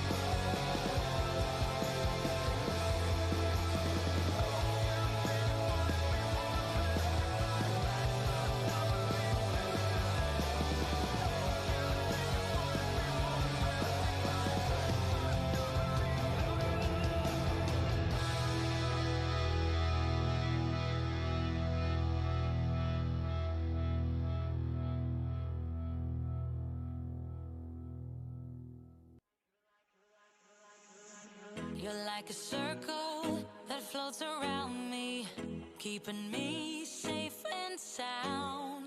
And when I fall, you tied a rope to me. You're blessing me every day. I was down with an illusion, like a sparrow with broken wings. But now I shine with your reflection on me. I'm getting back up on my feet. That you showed up was written in my palm. You are a statement, explode like a bomb. I get to push myself to victory. You make me winner. You got me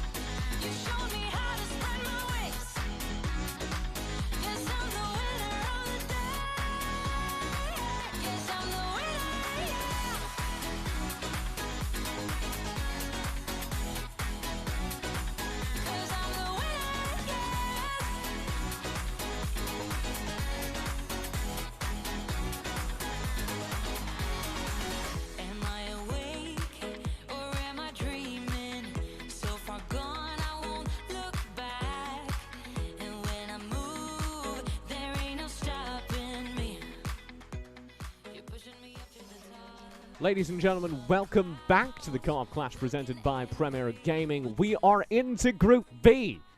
My name is still TJ, but I've got a guest pulled from the reaches of Group A.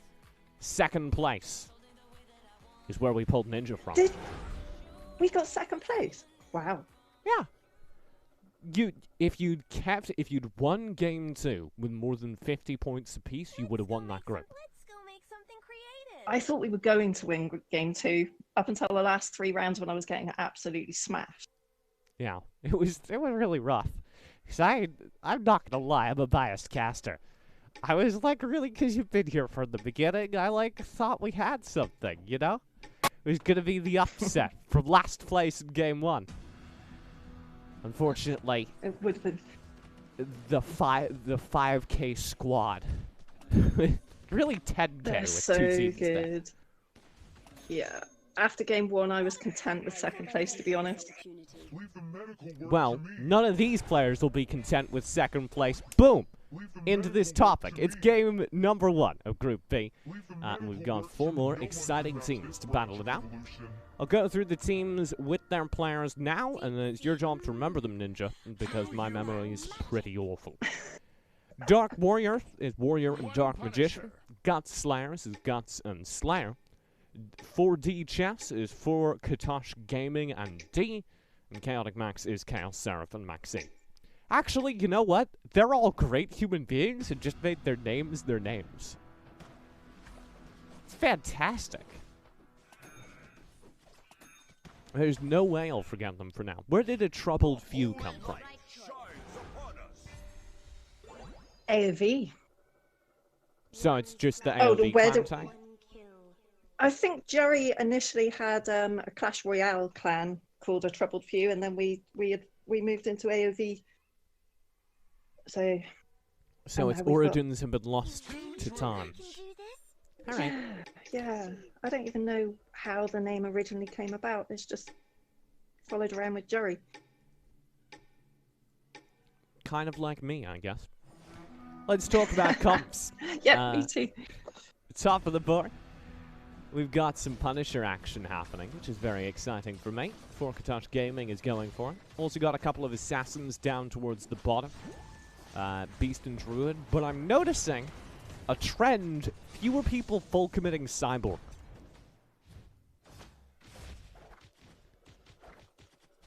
That's kind of different. We had a couple of weeks where everyone was starting Cyborg. That was obviously unsustainable, but people seem to be much less enamored with Cyborg as like a mid or a late game composition. Has anything shifted that's made you think that way? Or you were never really into the Cyborgs, were you? Let's go make something creative. No, I have played them when the shop's given them to me, but I'm finding the shop awkward at the moment, and some games it just, just doesn't. It doesn't. Not giving me cyborgs at the beginning at all, and it's, you go with one comp and then the shop completely changes out on you, Yeah. So And I don't know, maybe they're not playing it because they're not being given it at all. the Cyborg comps are some of the most role-specific, because you need a ton of Cyborgs early, and then you need a ton of Cyborgs late game. Well, only a couple, but you need those key legendary Cyborgs or the comp doesn't work late game. So. And yeah, that's the thing. I'll only play it if I get those two stars initially in the first 2-3 shops. Otherwise, it's a bust. Maxeed was leaning towards the Cyborgs, and I think to use your phrase, you know what? This is almost a full British cast. If I didn't have dual citizenship, this would be a full British cast. It is a bust on Maxeed's board, as he's already dropped around, and he's only got 1 2-star. And no Ground Smashers, which is kind of the limit. Oh, there's the Ground Smasher. Hold up. I speak too soon. He's got himself a Ground Smasher, but I would like to see him kind of pivot away from the Cyborgs. I don't think it's happening here. I'm looking through, there's lots of assassins going on. Is anyone drawing your attention with their comp right now? Hang on. Let me flip through. The Demon Assassin thing that Warriors got going is a lot of fun. he's already hit that 4 assassin mark, and one of those assassins is the really fun 2-star Cyborg Ninja, which I'm a giant fan of. And then his frontline that is enabling all of those assassins to do their good work unmolested in the backline is 2-star Ice Tusk. So I think that's going to be really scary going forward. Of course, as I talk it up, it loses a round. But it was undefeated till I started talking about it.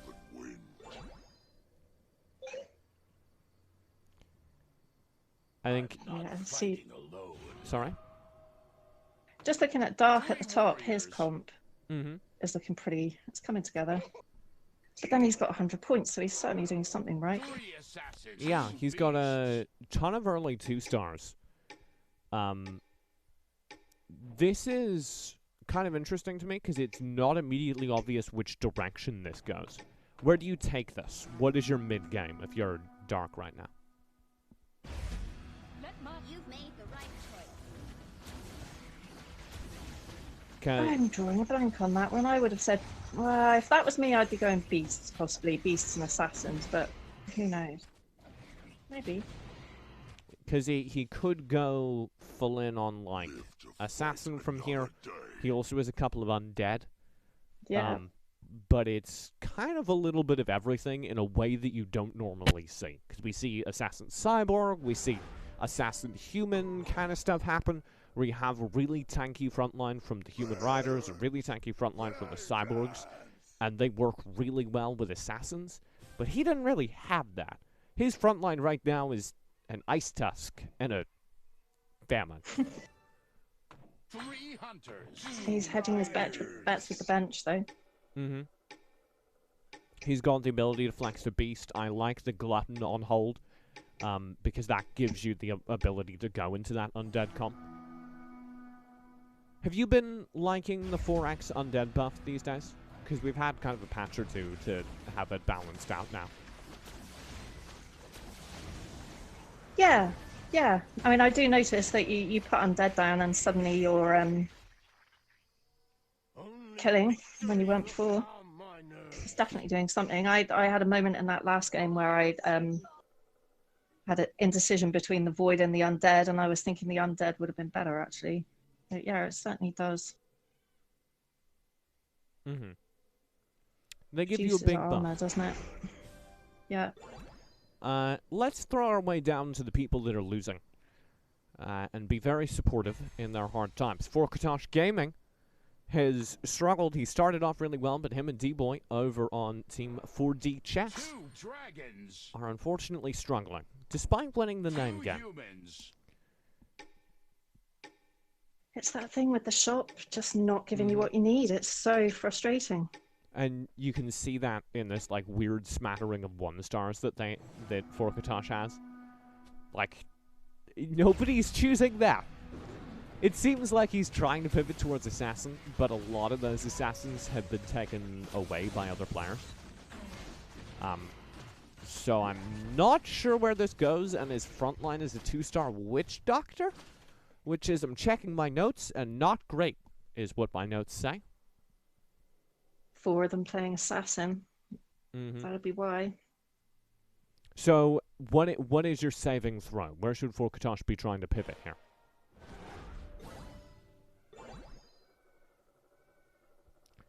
I suppose...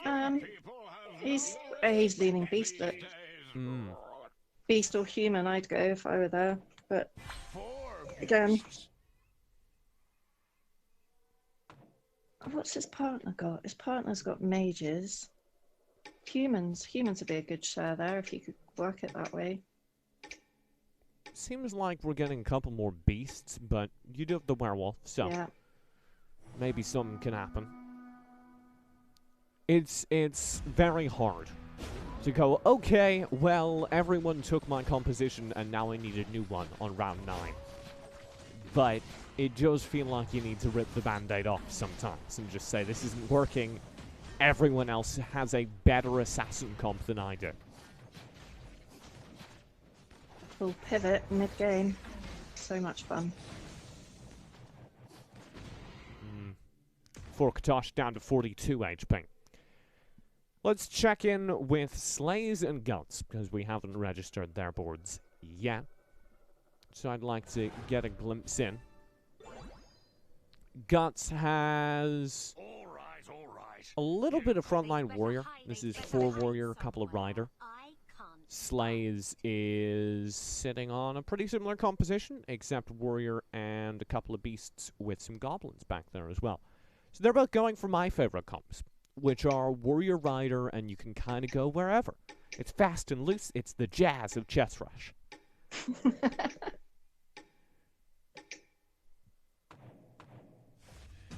Because you can go, hey, I've got a warrior comp, and I'm getting offered a ton of humans, I'm getting offered a ton of hunters, and make some work from that. So I think they have a lot of flexibility, and this is going to do really well, especially into the assassin comps a lot of people are liking. That game you just played, the final game of Group B, kind of had the problem of a whole bunch of people running assassin comps into a whole lot of warriors. I'm not fighting alone. And that doesn't go great for the assassin comps. Because the AoE damage was just destroying them. And then we got to late game and it wasn't a problem. But till then, the warriors do pretty well. I feel like riders do too. I think the danger with riders into assassins is it kind of accelerate away from your backline. So when the RNG works out, that's fine, but I see situations where the backline just gets deleted and then the riders are like way far forward and they get surrounded and deleted. Yeah. Not that that's not happening to this warrior comp. Guts takes a pretty heavy hit from warriors, assassin comp.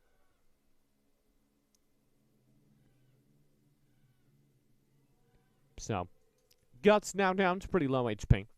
Maxeed and Chaos Seraph are sitting just ahead of them in HP themselves, about 80 points on both of them. And they've both got pretty stable comps. Couple of assassins on the cards for Chaos Seraph. I like this. No nonsense, couple of assassins, couple of Demon Punishers. He's got lots of ways he can go. With the Blade Dancer and Head Reaper? Such a, weird name. That is his name. Being passed, he's going to be able to grab that 6 assassin buff and kind of go with it. This is a really solid start for Chaos Seraph. And Maxeed's in a almost identical boat. Katouche is struggling down here. We tapped away from him to check out everyone else, but his solutions have not come. We advised a pivot through human, and he hasn't gotten that. Be it the rolls, he's still stuck in this assassin comp, and it's still hurting him. 18 HP left.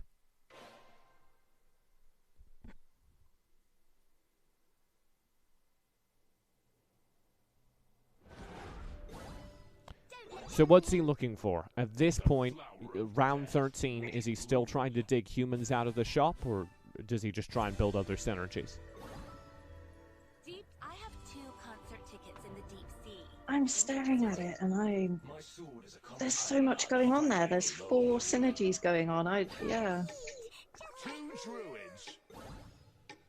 I'd be confusing myself with that going on. Yeah, he just pulled a Nether Prince out. I think I like this. 2-star the Nether Prince, 2-star the Assassins.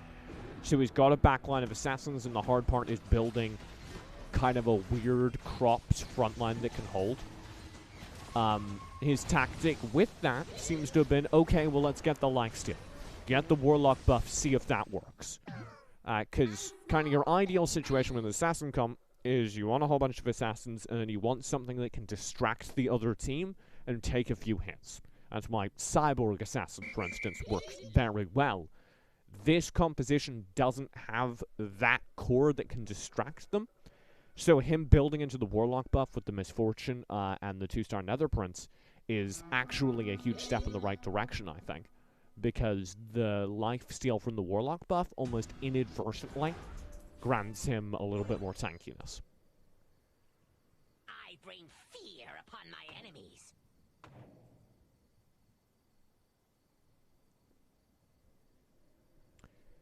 His partner's doing really good. D-Boy still on 60 HP. Warlocks. Oh, Is there any interplay that can work out, or is D-Boy doing the best he can? 4 humans, 4 mages. See, at that point, I sometimes take a mage off and get the. Oh, he's got riders there, hasn't he? That's the humans. I'd want to send. I don't know. Maybe I'm wrong here, but I'd want to send for Katosh that dragon. Oof. Be able to give him a little bit more of that front line. That was a big oof. Yeah, D-Boy takes a big hit from Warrior. I keep trying to mangle his name because just saying Warrior doesn't feel right. It's like Max Deed. Max D. Maxeed. But you have to hit that D with a big plosive, don't you? Because it's a capital. Maxeed. Duh. It's the confidence that sells. So, upgrades along the Sorcerer tree for D-Boy. And an early Lightbringer. Get that Starhorn out of here. I like how this is working out. I think despite Katosh's struggles, D-Boy's got a really good start. I've been liking the Starhorn recently. I mean, obviously he wants the humans, but the Starhorn with the silence has been pretty good. They buffed it, didn't they, in the last patch? Was that last patch or 2 patches ago? I don't know. It was recently. But yes, there was a recent buff to Starhorn. You're right. And that's interesting, because I don't end up in a lot of situations where I'm using Starhorn. My favorite comps lean towards Cyborg and sometimes Human Sorcerer, and it never really feels like Starhorn fills into that. Am I just missing a trick? Yeah, I stick her in with the 6 sorcerers, but I've done full fairies recently, and the silence, it works.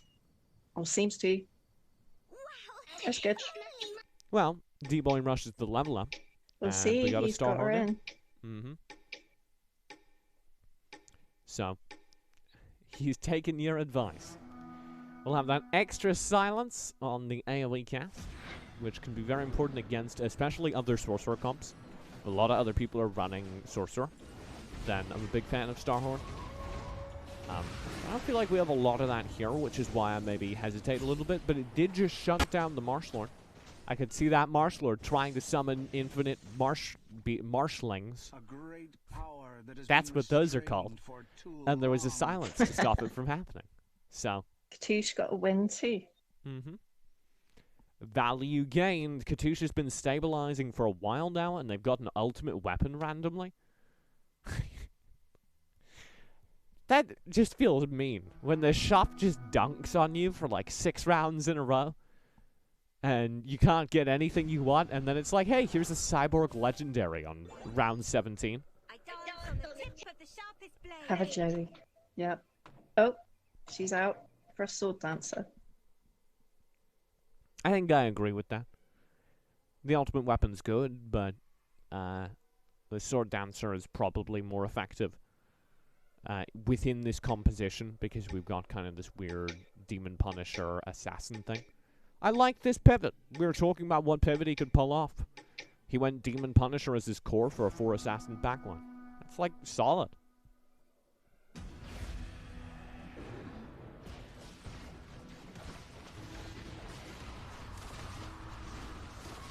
It's not the dream comp where you put the humans in there and make everything work, Wrecking it. I think it works really well with what he had. That's certainly working.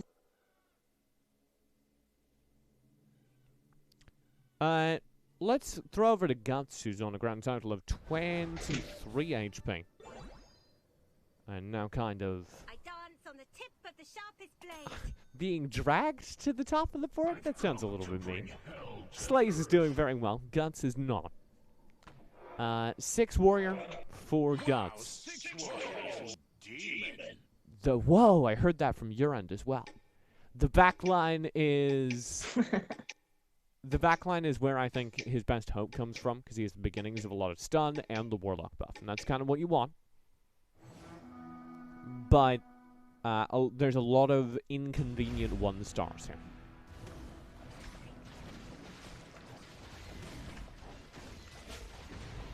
And each Is of the those... Warlock buff that Sorry? good that you? Is the Warlock buff that good that you'd not have 4 humans over having Warlock? I don't use it very often, so I don't know. For warrior comps, I really like the Warlock buff. For warrior comps, I really like... Oh my god, 8 HP. I really like just all of my warriors being intangibly tankier, because that's effectively what it does. But I agree with the General of War, you want that for human buff. Oh, I'm not sure I agree with this. Corner comping it around a flame cooler. If you're doing this, take out the Warlock buff, keep the human in. Because if you're corner comping for a flame cooler, you need to have the extra reset on the human. Or the extra mana on the humans with the 4 human buff. Am I wrong? I'm learning right now. Okay. Yeah. It's not occurred to me. I'm It's learning in voice chat. It seems like Guts is going to lose on that round, but it's just a case of what you're committing to. Because if your theory is, okay, we're going to put the flame cooler in the corner and they're going to save this round for us, then that you want to give that flame cooler every advantage. You want to give that flame cooler the infinite mana from the human buff. And the Warlock buff is solid for the warrior comp, but if your win condition is that flame cooler, I don't think it makes a lot of sense to not give that flame cooler every advantage you can.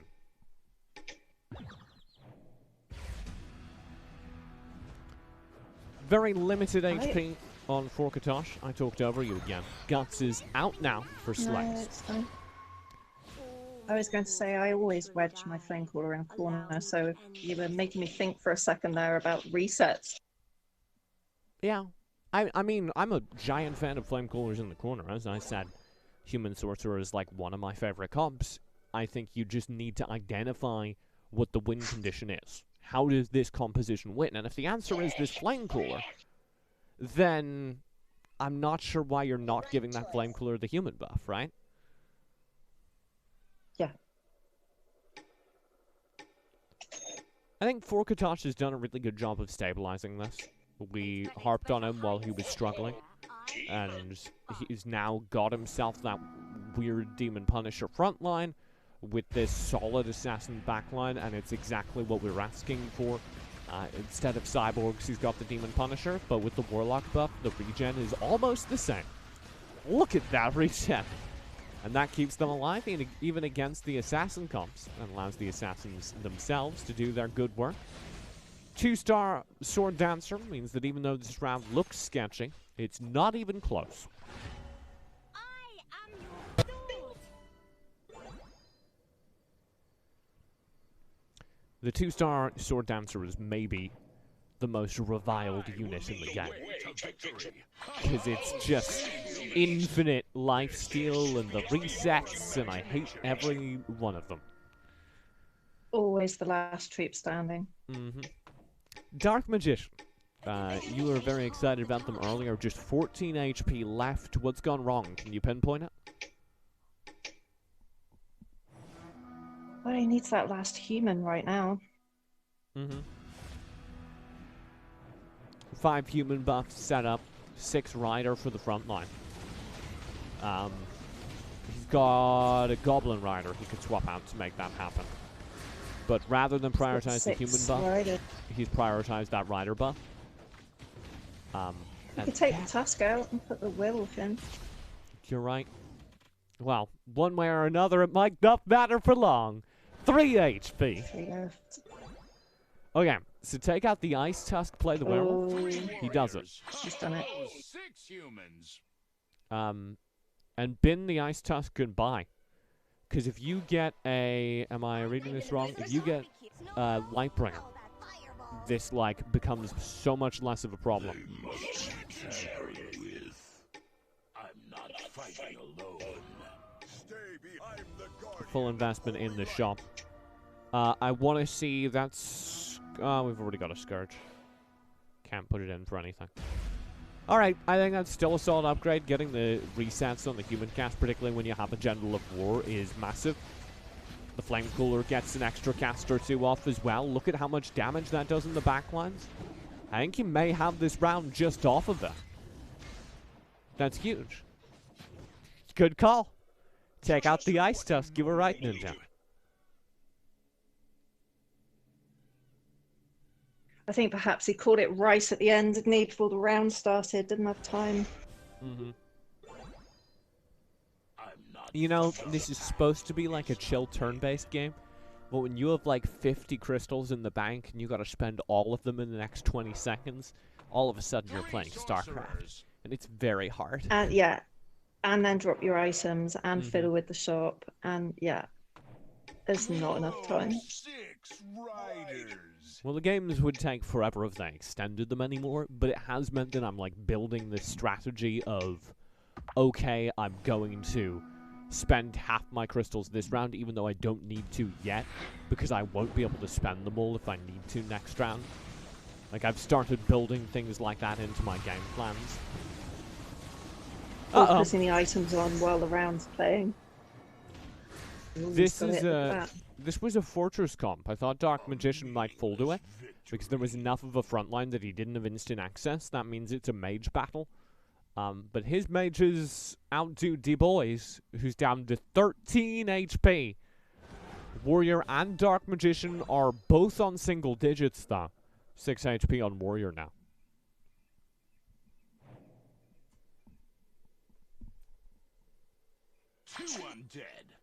We're going to have a round where we lose like 3 teams simultaneously. And I'm heartbroken already. Warrior's got... He's just lined everything up against the back wall. A couple of Warriors to frontline for an Assassin comp.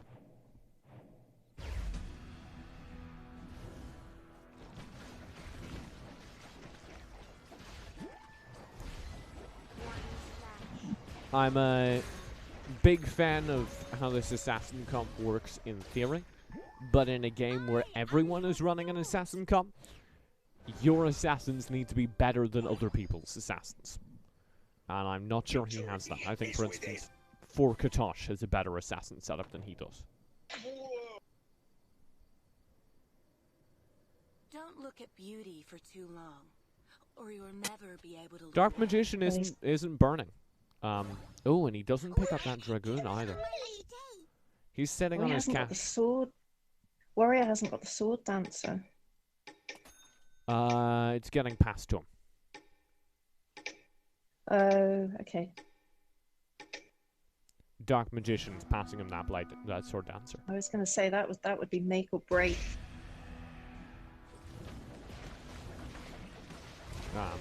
So it helps a bit. It's a 1-star though, and at this point that's starting to get a little bit worrying.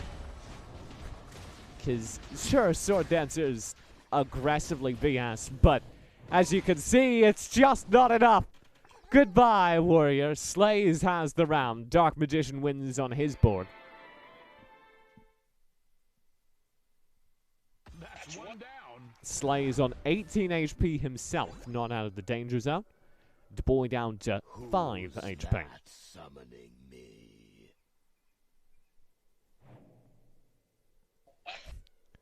Dark Magician celebrates the death of his teammate by selling that Sword Dancer that he was keeping exclusively for Warrior. A little bit extra cash in the bank. Dark Magician's saving. Building up bank. 30 crystal now. That's actually, fun fact, the most crystal on the board. But you don't want to go out with 30 crystal and he has 3 HP.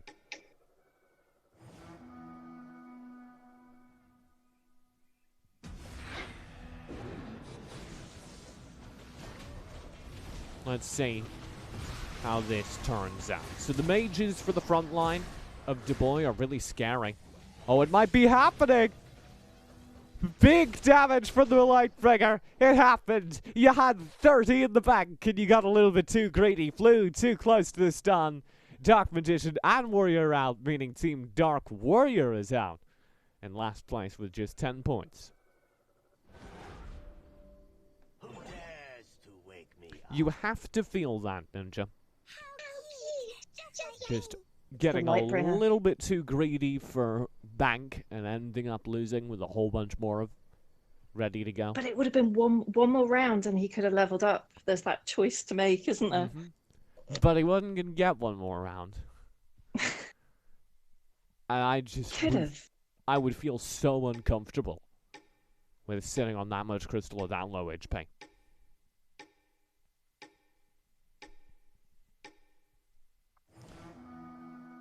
Duboy and Forkatosh Gaming are both struggling with relatively low HP. We'll focus on Duboy for now. 'Cause he's got 6 humans, 6 sorcerer. As stated last time, but they're like all 1 stars. And that's not good enough. They don't do the damage. And he's gone as well. Forkatosh does survive. I am your sword.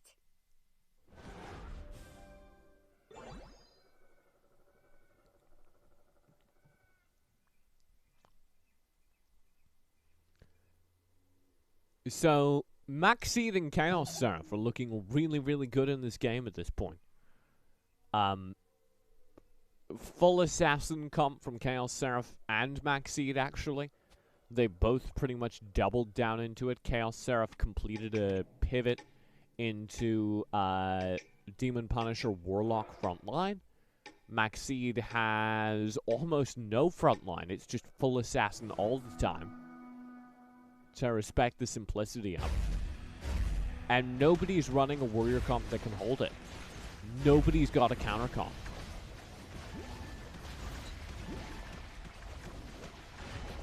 Slays on 6 riders. 6 riders, 6 human.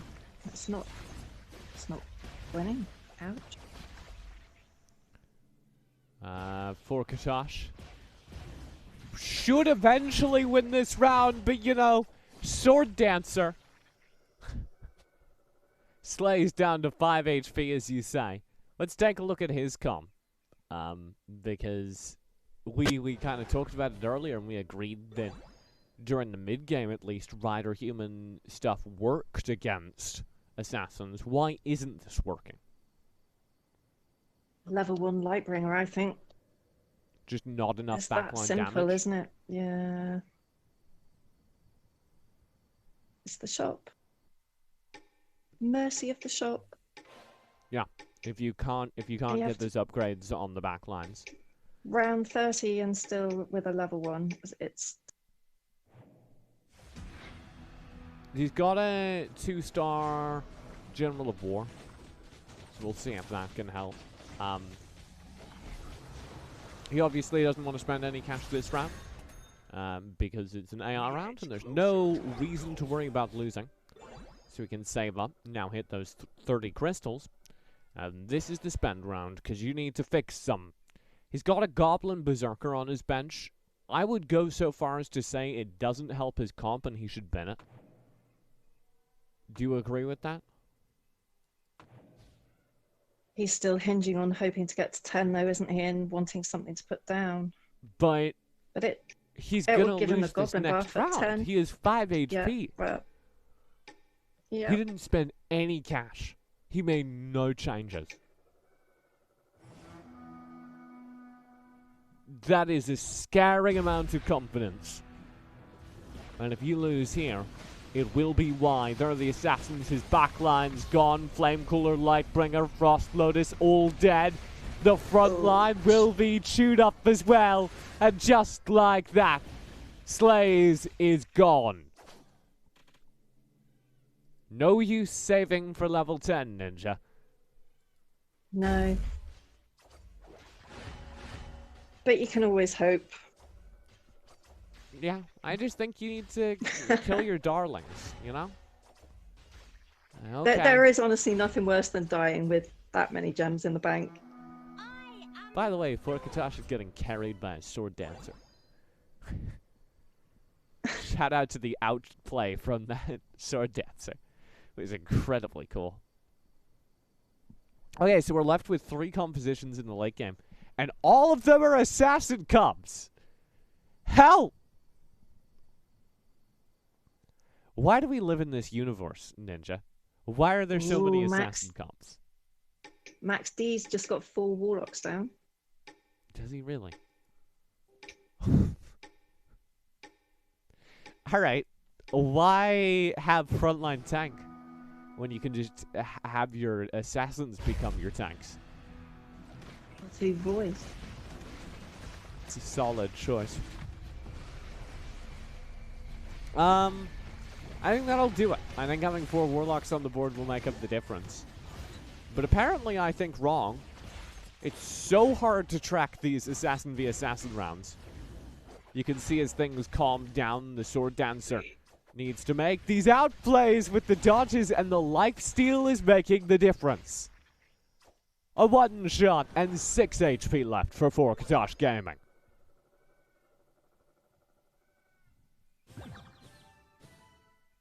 Oh, level 10.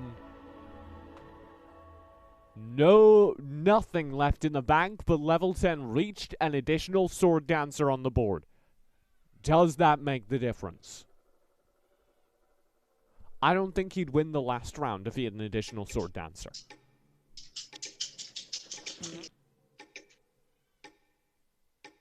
Those emojis. Against Maxseed again, so my theory will be tested. Watch how quickly these backline mages that Maxseed is running just get melted. Goodbye. Actually, Void Doom's getting a lot of damage. All the assassins are bathing in the hot tub. The front line, though, doing a very, very good job. Assassin v Assassin matchups. The RNG goes Forkatosh's way. Maxseed can't win out. Now it's just a Blade Dancer v3. With the lifesteal, you can see how extra scary that Blade Dancer is in the matchup, but Forkatosh Gaming wins the round off the level 10 upgrade.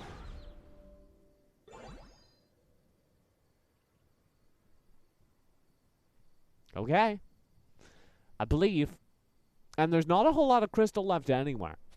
Maxseed down to 19 HP, Chaos Seraph down to 14. There's not a whole lot of HP left anywhere either.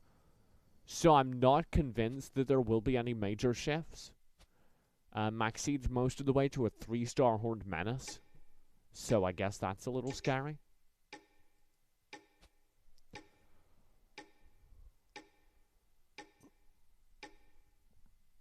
We'll see. Forkatosh Gaming with 6 HP. Might be able to actually, with how close these rounds have been, might be able to lose a single round. Here's his first game versus Chaos Seraph, who does have an equal number of players on the board, but it doesn't seem to matter. So far, so good. Oh, he just lost his blade, his Sword Dancer. He's only got 1 Sword Dancer left now. Now just 1 Lilith. 2 stars. It's it up. Forkatosh is off the board. 0 HP remains. And that will be the game with 20 HP points between them. Chaotic Max win game number 1. That will give them a grand total of 42 points.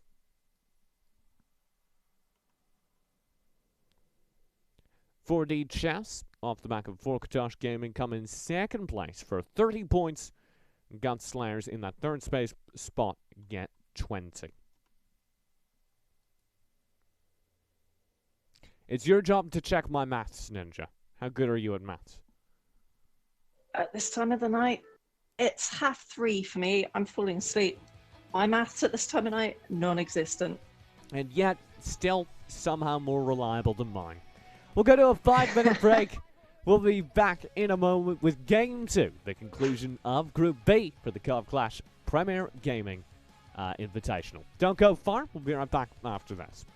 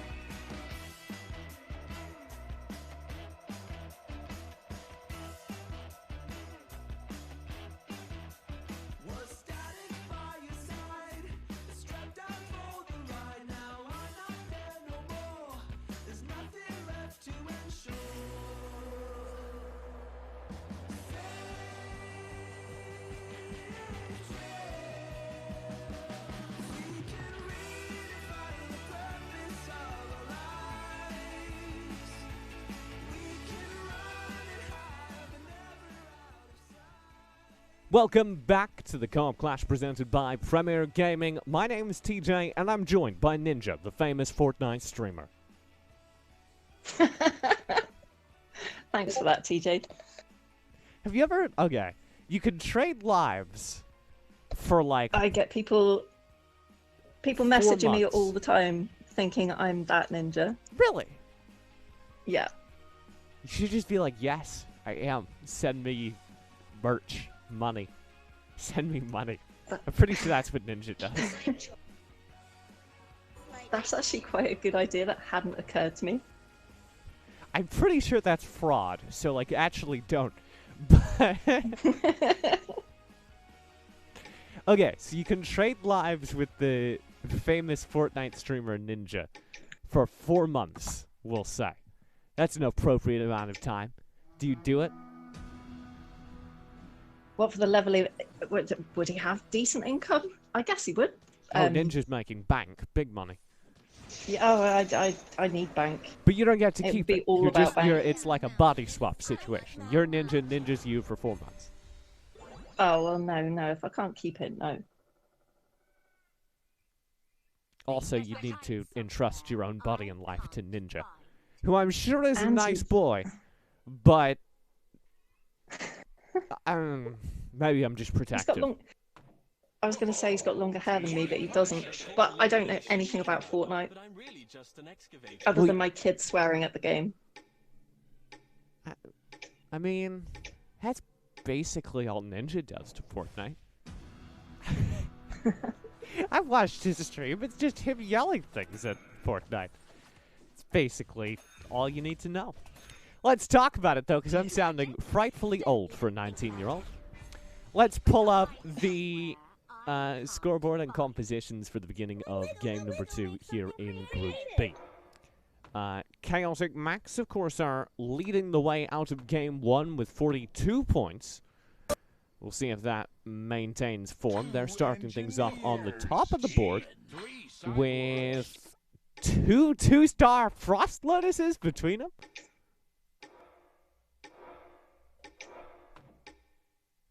Two engineers. That's very exciting. Then below them, Engineers. Sorry, the accent. it's very performative. The guy who says 2 engineers. Like, I don't It's a believe he's British- actually American because of the It's way a he British. Is it Devonshire or Cornwall? Cornish. It's definitely British. And he's like trying to do an American accent because that's what the VO script called for. 2 engineers. Engineer. You know what? Actually, this makes a lot of sense because I bet it's the same guy that voices the rest of the cyborgs who has a British accent. Yeah, it's that Somerset Farmer vibe. I bet it's the same VO guy who voices the rest of the engineers. 3 cyborgs. Anyway, we've identified him. I actually am outside his house right now. I was trying to remember what Supersonic says, but I can't. The Miss Supersonics are out in force. Couple of engineers across the board as people look to start their comps on the right foot. Some humans as well. Nothing really standing out to me. Do any of these comps excite you? 2 people going assassin already. D-Boy's got human riders. Mm-hmm. Human Rider is actually a very good start for D-Boy. You can pivot that very firmly into the human comp. Human Sorcerer. I'm drawn to Forkatosh, though.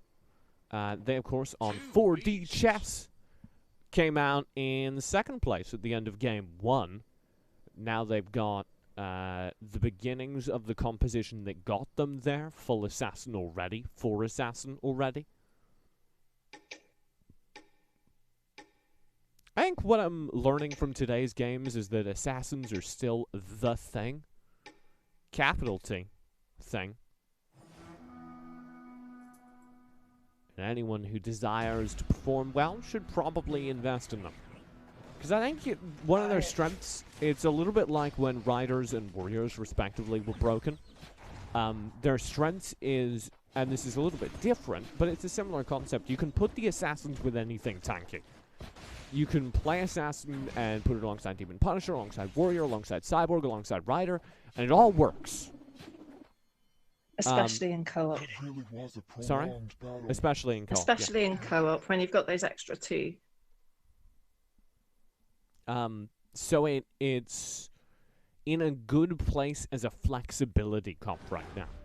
I think we can talk about like balancing and stuff as a separate issue, but I think one of the best positions for the game to be in was when Warrior and Rider were the two most favorite comps, most played comps, most winningest comps. That's actually the most properest English that I used. Winningest works. The winningest comps. No, there was a point though where where you had to go Rider. This upsets me. Winningest is the right English language word to use there. Is it though? Yes, it is. Winningest is how you say most winning. Most winning is incorrect. Winningest is correct. Fight me. But it's true.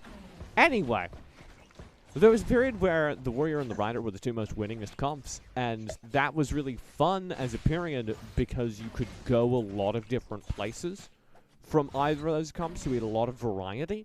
Right now we're seeing similar variety from the Assassins. The Assassins are being the stars of the show, but you can put anything tanky alongside the Assassins and do consistently well. Ninja's still thinking about the word winningest.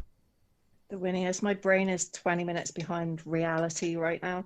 I was actually thinking that I quite like Beast Assassin or Elf Assassin. Mm-hmm. I mean, to point, you can put anything remotely tanky that can take a few hits alongside the Assassins, and it works. With the Assassins, yeah. What doesn't work with the Assassins? Sorcerer? Nope, somebody won with that last game. Well, it's that mage trio, isn't it? The Lightbringer, Flamecaller, and the Void. Those three, if you plop those three into most comps, they become OP. Mm-hmm. If they fit. Sometimes you can shoehorn them in when they don't. Yeah. Speaking Six of something in those three. Speaking of sorcerers, D-Boy, has got himself the beginnings of a full human sorcerer setup, and I like it. General of War on the bench. Come on, play the General of War. Thank you. 4 humans from that. One punish. Oh, demon.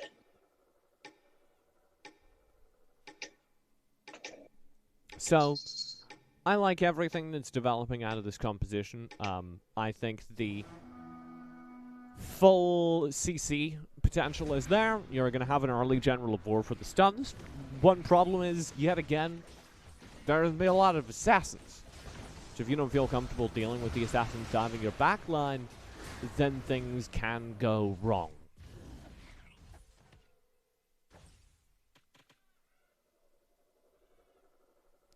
Case in point. 75 HP on Du as the assassins annihilate the front line. And he is the only boy left with that low HP. Maxeed's actually lower. 42 HP at the very bottom of the card alongside Chaos Seraph. They won game 1. There's a pattern of the game 1 curse, as they're now sitting on Warlock, Goblin. Some happening to Maxeed's board. Where does this go, Ninja? Help me. Yeah. That's where I was at the first game. Just trying to level 2 anything. Just anything. Yeah. Hey, you know what? I think it's perfectly valid. Stabilize to the early game by just getting a ton of level 2s, and then work out what you got and build into a mid game. I prefer it to people getting overly attached to a composition and just getting a whole bunch of level 1s that work with a comp. Because I think mostly he's ecoing though, isn't he? So he's not spinning the shop. Well, he's got to at some point. 30 HP remains. the way our scores work, the way our scoring system works, if you win game 1, you're guaranteed to do pretty well in the overall standings, provided you don't go out in last place in game 2. Now, what's worrying me is that they're looking like they might go out in last place in game 2. That's a lot of HP to have dropped by round 10, Maxi. Does have 50 crystal, though. So. 50 gems, yeah. Mm-hmm. Got plenty to spend. We'll presumably see that rolling start to happen next round. That's actually the most bank we've seen anyone build up tonight. Nobody's gotten to the 50 crystal mark across all of our games tonight.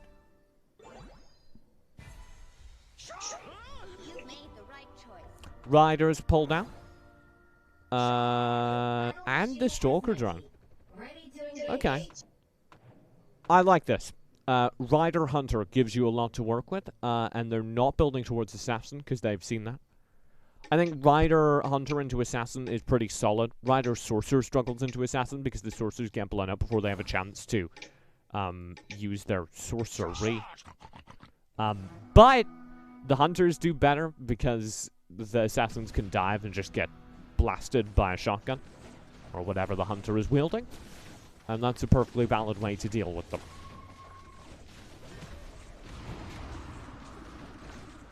Hunters were the only comp a few weeks ago. I've struggled with them recently, though.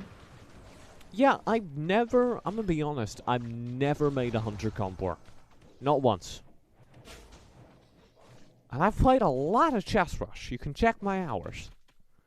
Yeah, when Riders were OP, before they got slightly nerfed, I used to play Hunters a lot, and it was great. But recently, not so much. And admittedly, you have just told me that you can't make them work, but I'm gonna lean on you as the more expert or witness. That's not the correct English word. Expert. How do you make a Hunter comp work? What is the key? Honestly, these days I don't know, but the key I'd say was Kraken and getting a Misfortune in there. She's not a Hunter, I know, but there's a few key troops in Hunter comps, and she seems to be one of them. Is that just because it gets you the Undead buff? Yeah. Yeah. And the Warlock?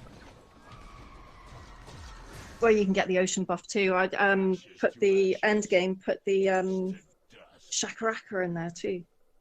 Shakaraka. But yes. Shakaraka. I'm picturing Juri's Hunter comp build because he is the Hunter comp expert, and you know what? Let Every time I'm in a game with Juri and he builds full Hunter, I have no clue how it's working. It doesn't. But it does work. Doesn't make sense to me. I agree that Kraken seems to be a centerpiece, because that's the CC, right? That's the lockdown, the stuns, the build things. And the drone. Mm-hmm. Gotta have your Stalker. There is Who a else Stalker is a Hunter? in the back Oh, the line. Firefur. The Firefur, he's the other one, isn't he? Mm-hmm. Not a giant fan of Firefur. He's never impressed me as a unit terribly much, but they work as kind of more of a frontline hunter, which is sometimes important, having someone who can take a few hits. Man, while we've just been chatting, Maxita's leveled up to level 7, burned all of their economy, but stabilized. Here's my problem, though. The reason they're able to stabilize is because they lost a whole bunch of rounds and forced that economy save. But they're not, like, winning a ton. They're just stable. They're not noticeably ahead of anyone else. And they still only have 20 HP. So assuming that Maxi doesn't go on to win this game and make me eat my words, I'm not sure that loss streaking was the best move he could have pulled off there.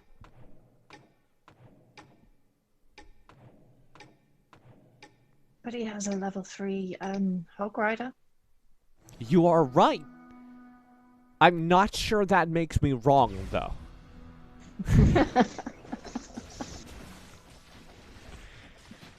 No, I mean, he has a lot of good stuff. 2-star Stalker Drone, Kraken, 3-star Hog Rider. This is a good composition. Do not get me wrong. And the reason Maxine was able to build it was because he lost streaked. I think that's the past tense. We're discovering all kinds of things about the English language. But he's playing in co-op, which means that right now everyone else is kind of leaning towards their late game comps anyway. He's maybe a couple steps ahead of people. Give it like 5 rounds ahead of everyone else. And he burned 80 HP to get 5 rounds on everyone else. I'm not sure that's worth it. But he's sharing a level 3 hog and a scourge at level 2, so there is a school of thought, isn't there, that, you know, one of you can burn your team and drop out as long as you're sharing the 3-star to chaos. The 3 stars with your partner, so your partner can win the game for the team. That's an interesting point. And if Chaos Seraph and Maxine go on to win, I'll believe it. Let's draw attention towards the people struggling a little bit more. Dubois and Forkatosh are on the bottom of the card again. Last game, they both stabilized, and Forkatosh went on to slide into second place as 4D chess. This game, it doesn't look like they're able to put everything together. So Forkatosh is hunting for that 6th assassin, but not finding him. And Dubois is running a weird sorcerer human comp that's not quite gotten off the ground.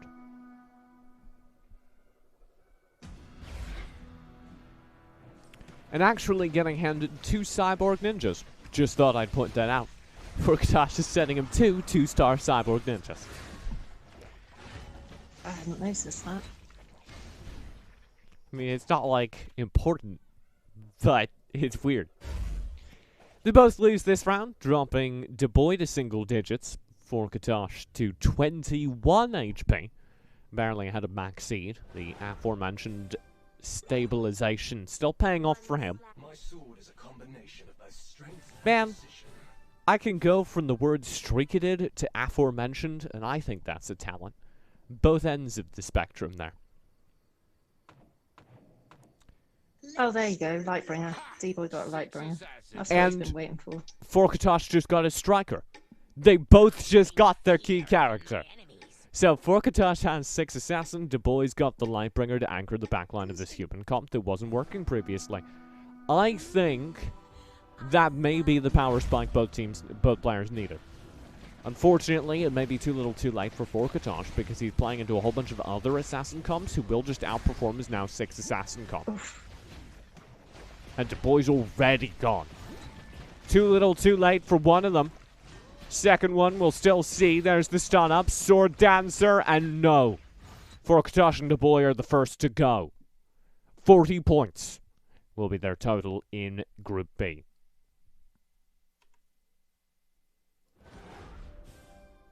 I'll keep my eyes on troublemakers. They don't waste. Oh my god. I got so eager on that. I just realized Forkatosh didn't die. Fire me, I guess. He's got 12 HP left.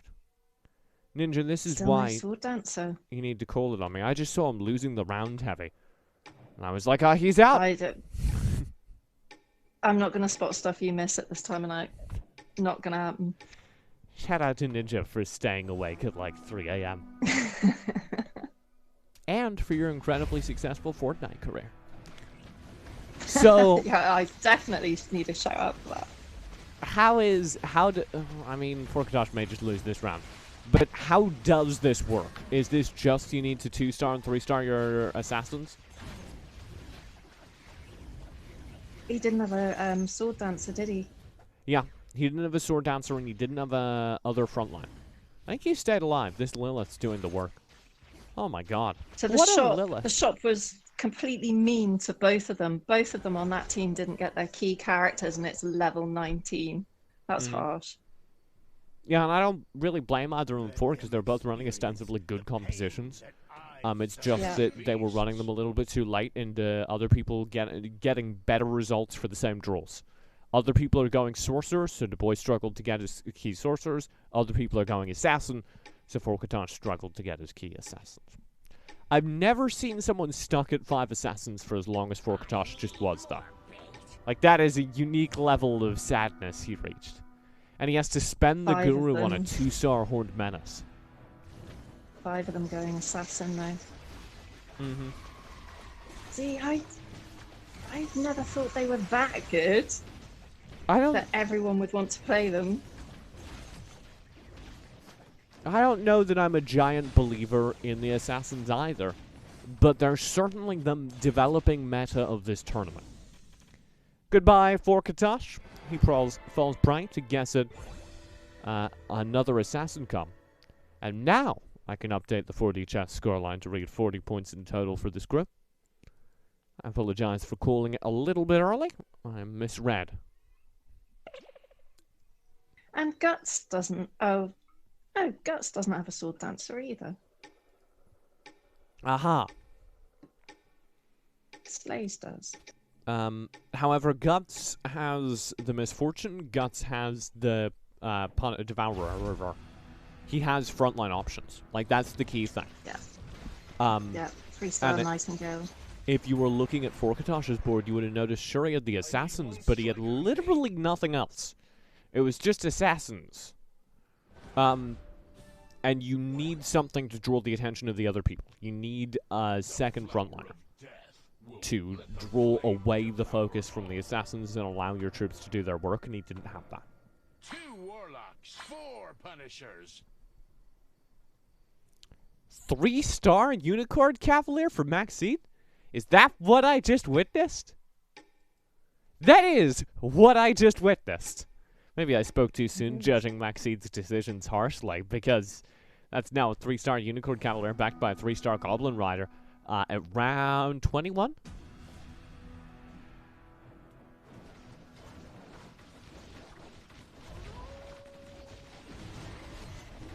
They're playing versus Dark Magician, who's got a grand total of 11 points of HP, which makes this a very scary round.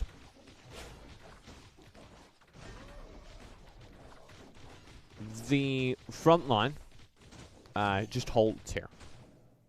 Dark Magician's gone. The 3 stars all the way. Maxine's just built a composition that can take the assassins.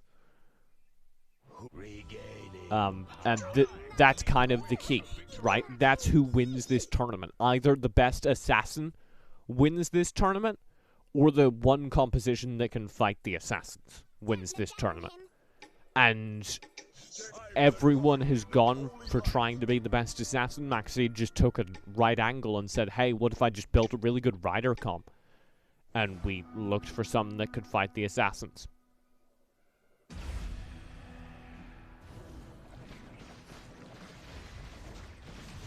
I was just thinking they need an ocean rider. A seahorse. They need a seahorse. You're not wrong. Sorry. But the timing and glee of your delivery threw me off. You are right. Yeah, sorry. That a seahorse is a necessary character. I've just invented the next character. That would be so cool. I would be down for a seahorse. But sorry, this is my tiredness coming into play. Only if they have like a rider who's like a trident. Make them a hunter. There's a manly dude, Jason Momoa looking guy, with a trident who rides the seahorse and throws it. That's hire me, Tencent. Warrior has 1 HP. It's worth noting. He's gone full warrior. 6 warrior, 4 assassin. And though it is appropriately thematic to his name, it is struggling here versus the very, very good assassin comps. Guts, for instance, just carves him up. Goodbye, warrior. That leaves Dark Warrior out in 2nd place here in game number 2, granting them a total of 30 points in the Group B.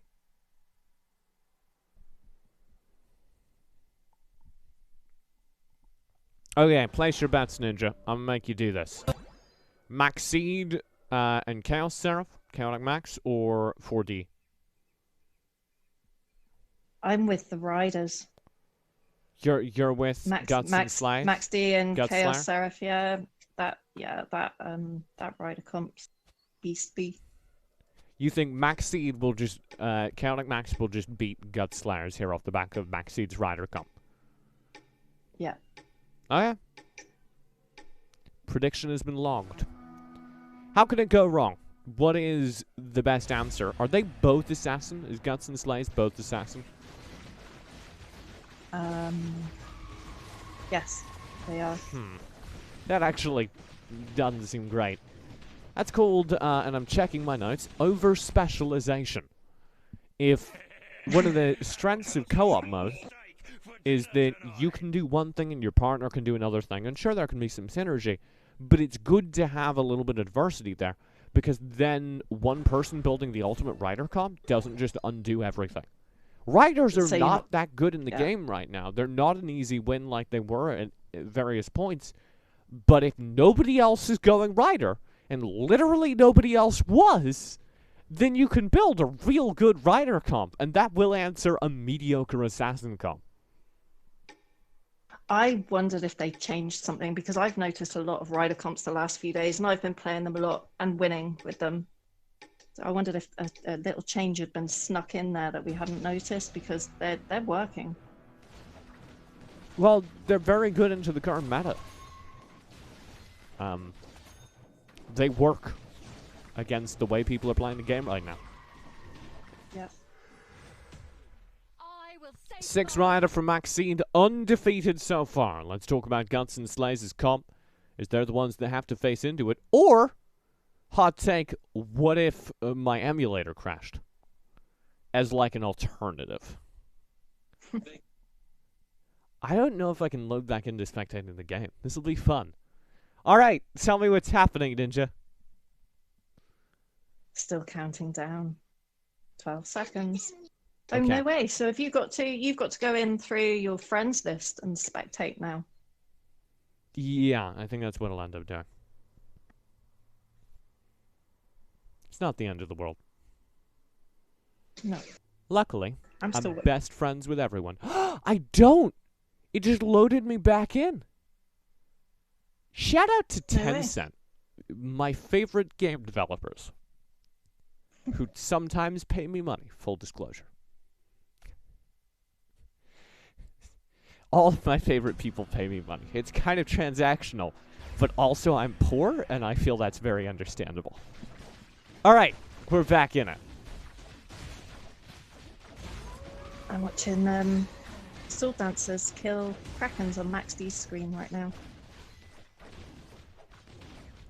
Yeah, he lost around 17 HP. What happened there?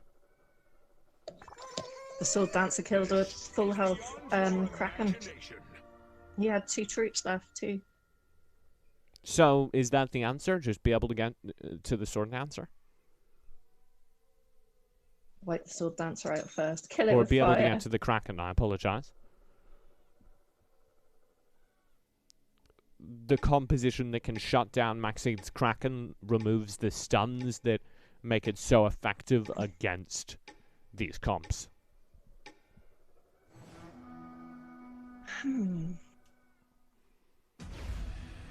It's food for thought. We'll see. He's versus Slays, whose front line holds strong. There's the Kraken, dead again. Oh my lord, he might have done it. Because he also has 3-star Ice Tusk in the front line. And that's like brawling. Buying him time, and then the Sword Dancer just chews away at this back line. The Ice Tusk is dead. The RNG may not have worked out in their favor unless this 2-star Sword Dancer goes huge, which is never out of the question. Oh god, hold me. But Maxi does get the win. Slays, the player who is able to do it, loses big to Chaos Seraph, and that's important. I think it's the Ice Tusk. I think that's the difference. I think because the Ice Tusk is holding the front line, Slays is managing to get enough time on the board to get to the Kraken. Yeah. 3-star Nightingale too. She's quite tanky. Mm-hmm. What's that HP total? 6k. It's not bad at all. unfortunately, they're losing in the trade to Chaos Syrup. So, if they just die, Guts has been losing to Max Seed, then we have our winners, I think. Chaotic Max with 2 back-to-back wins. Oh, solid win versus Chaos Seraph from Slays. He stays alive. Chaos Seraph drops to 17 HP, but Guts loses to Max Seed, 6 HP on his board. Your prediction seems right. You put your I was money about with to say the Chaotic Max. Riders. Yeah.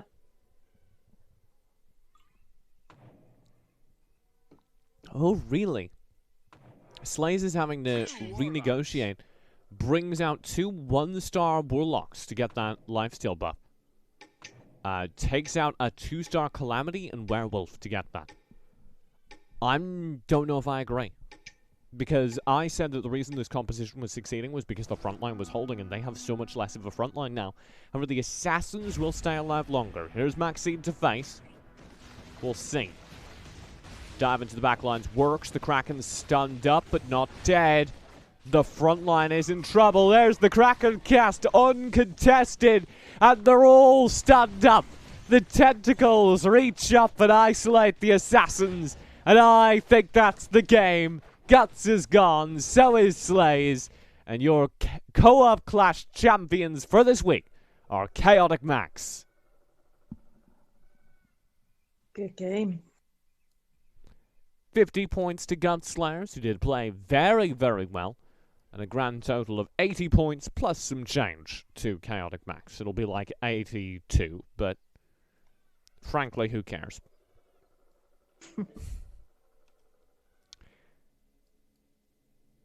So at the end of the day, we have our champions for this week, and I think a new meta. It's all Assassins all the time, Ninja. You'll be happy for that, right? No. No. Riders for me. I mean, Riders. your name's Ninja, so I feel a little bit betrayed right off the bat. Should have been like Horse Rider. Something. Kind of got a point there. But Yeah. there's no assassins dressed all in black creeping around the edge of the screen, so, you know, they're not quite ninja-y, are they? One of them is literally called a cyborg ninja. I don't know what you want. He's male.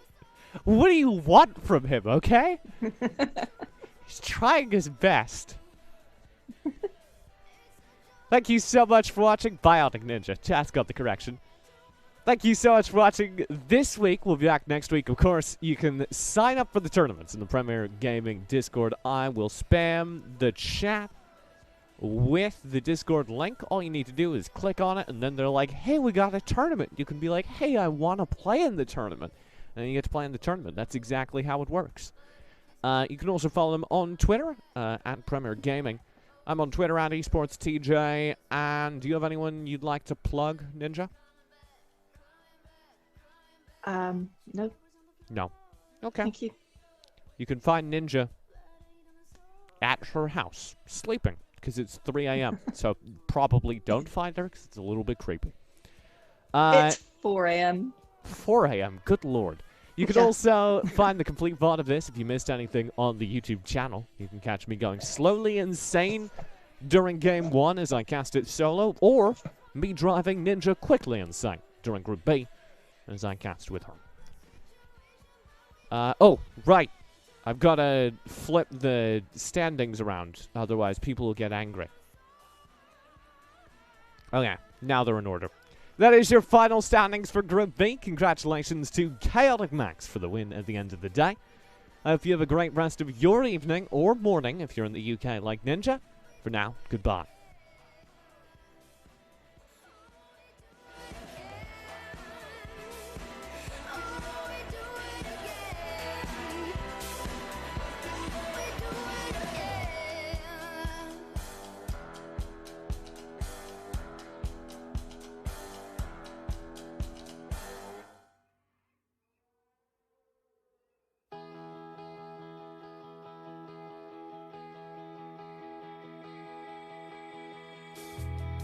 Why won't you tell me something new?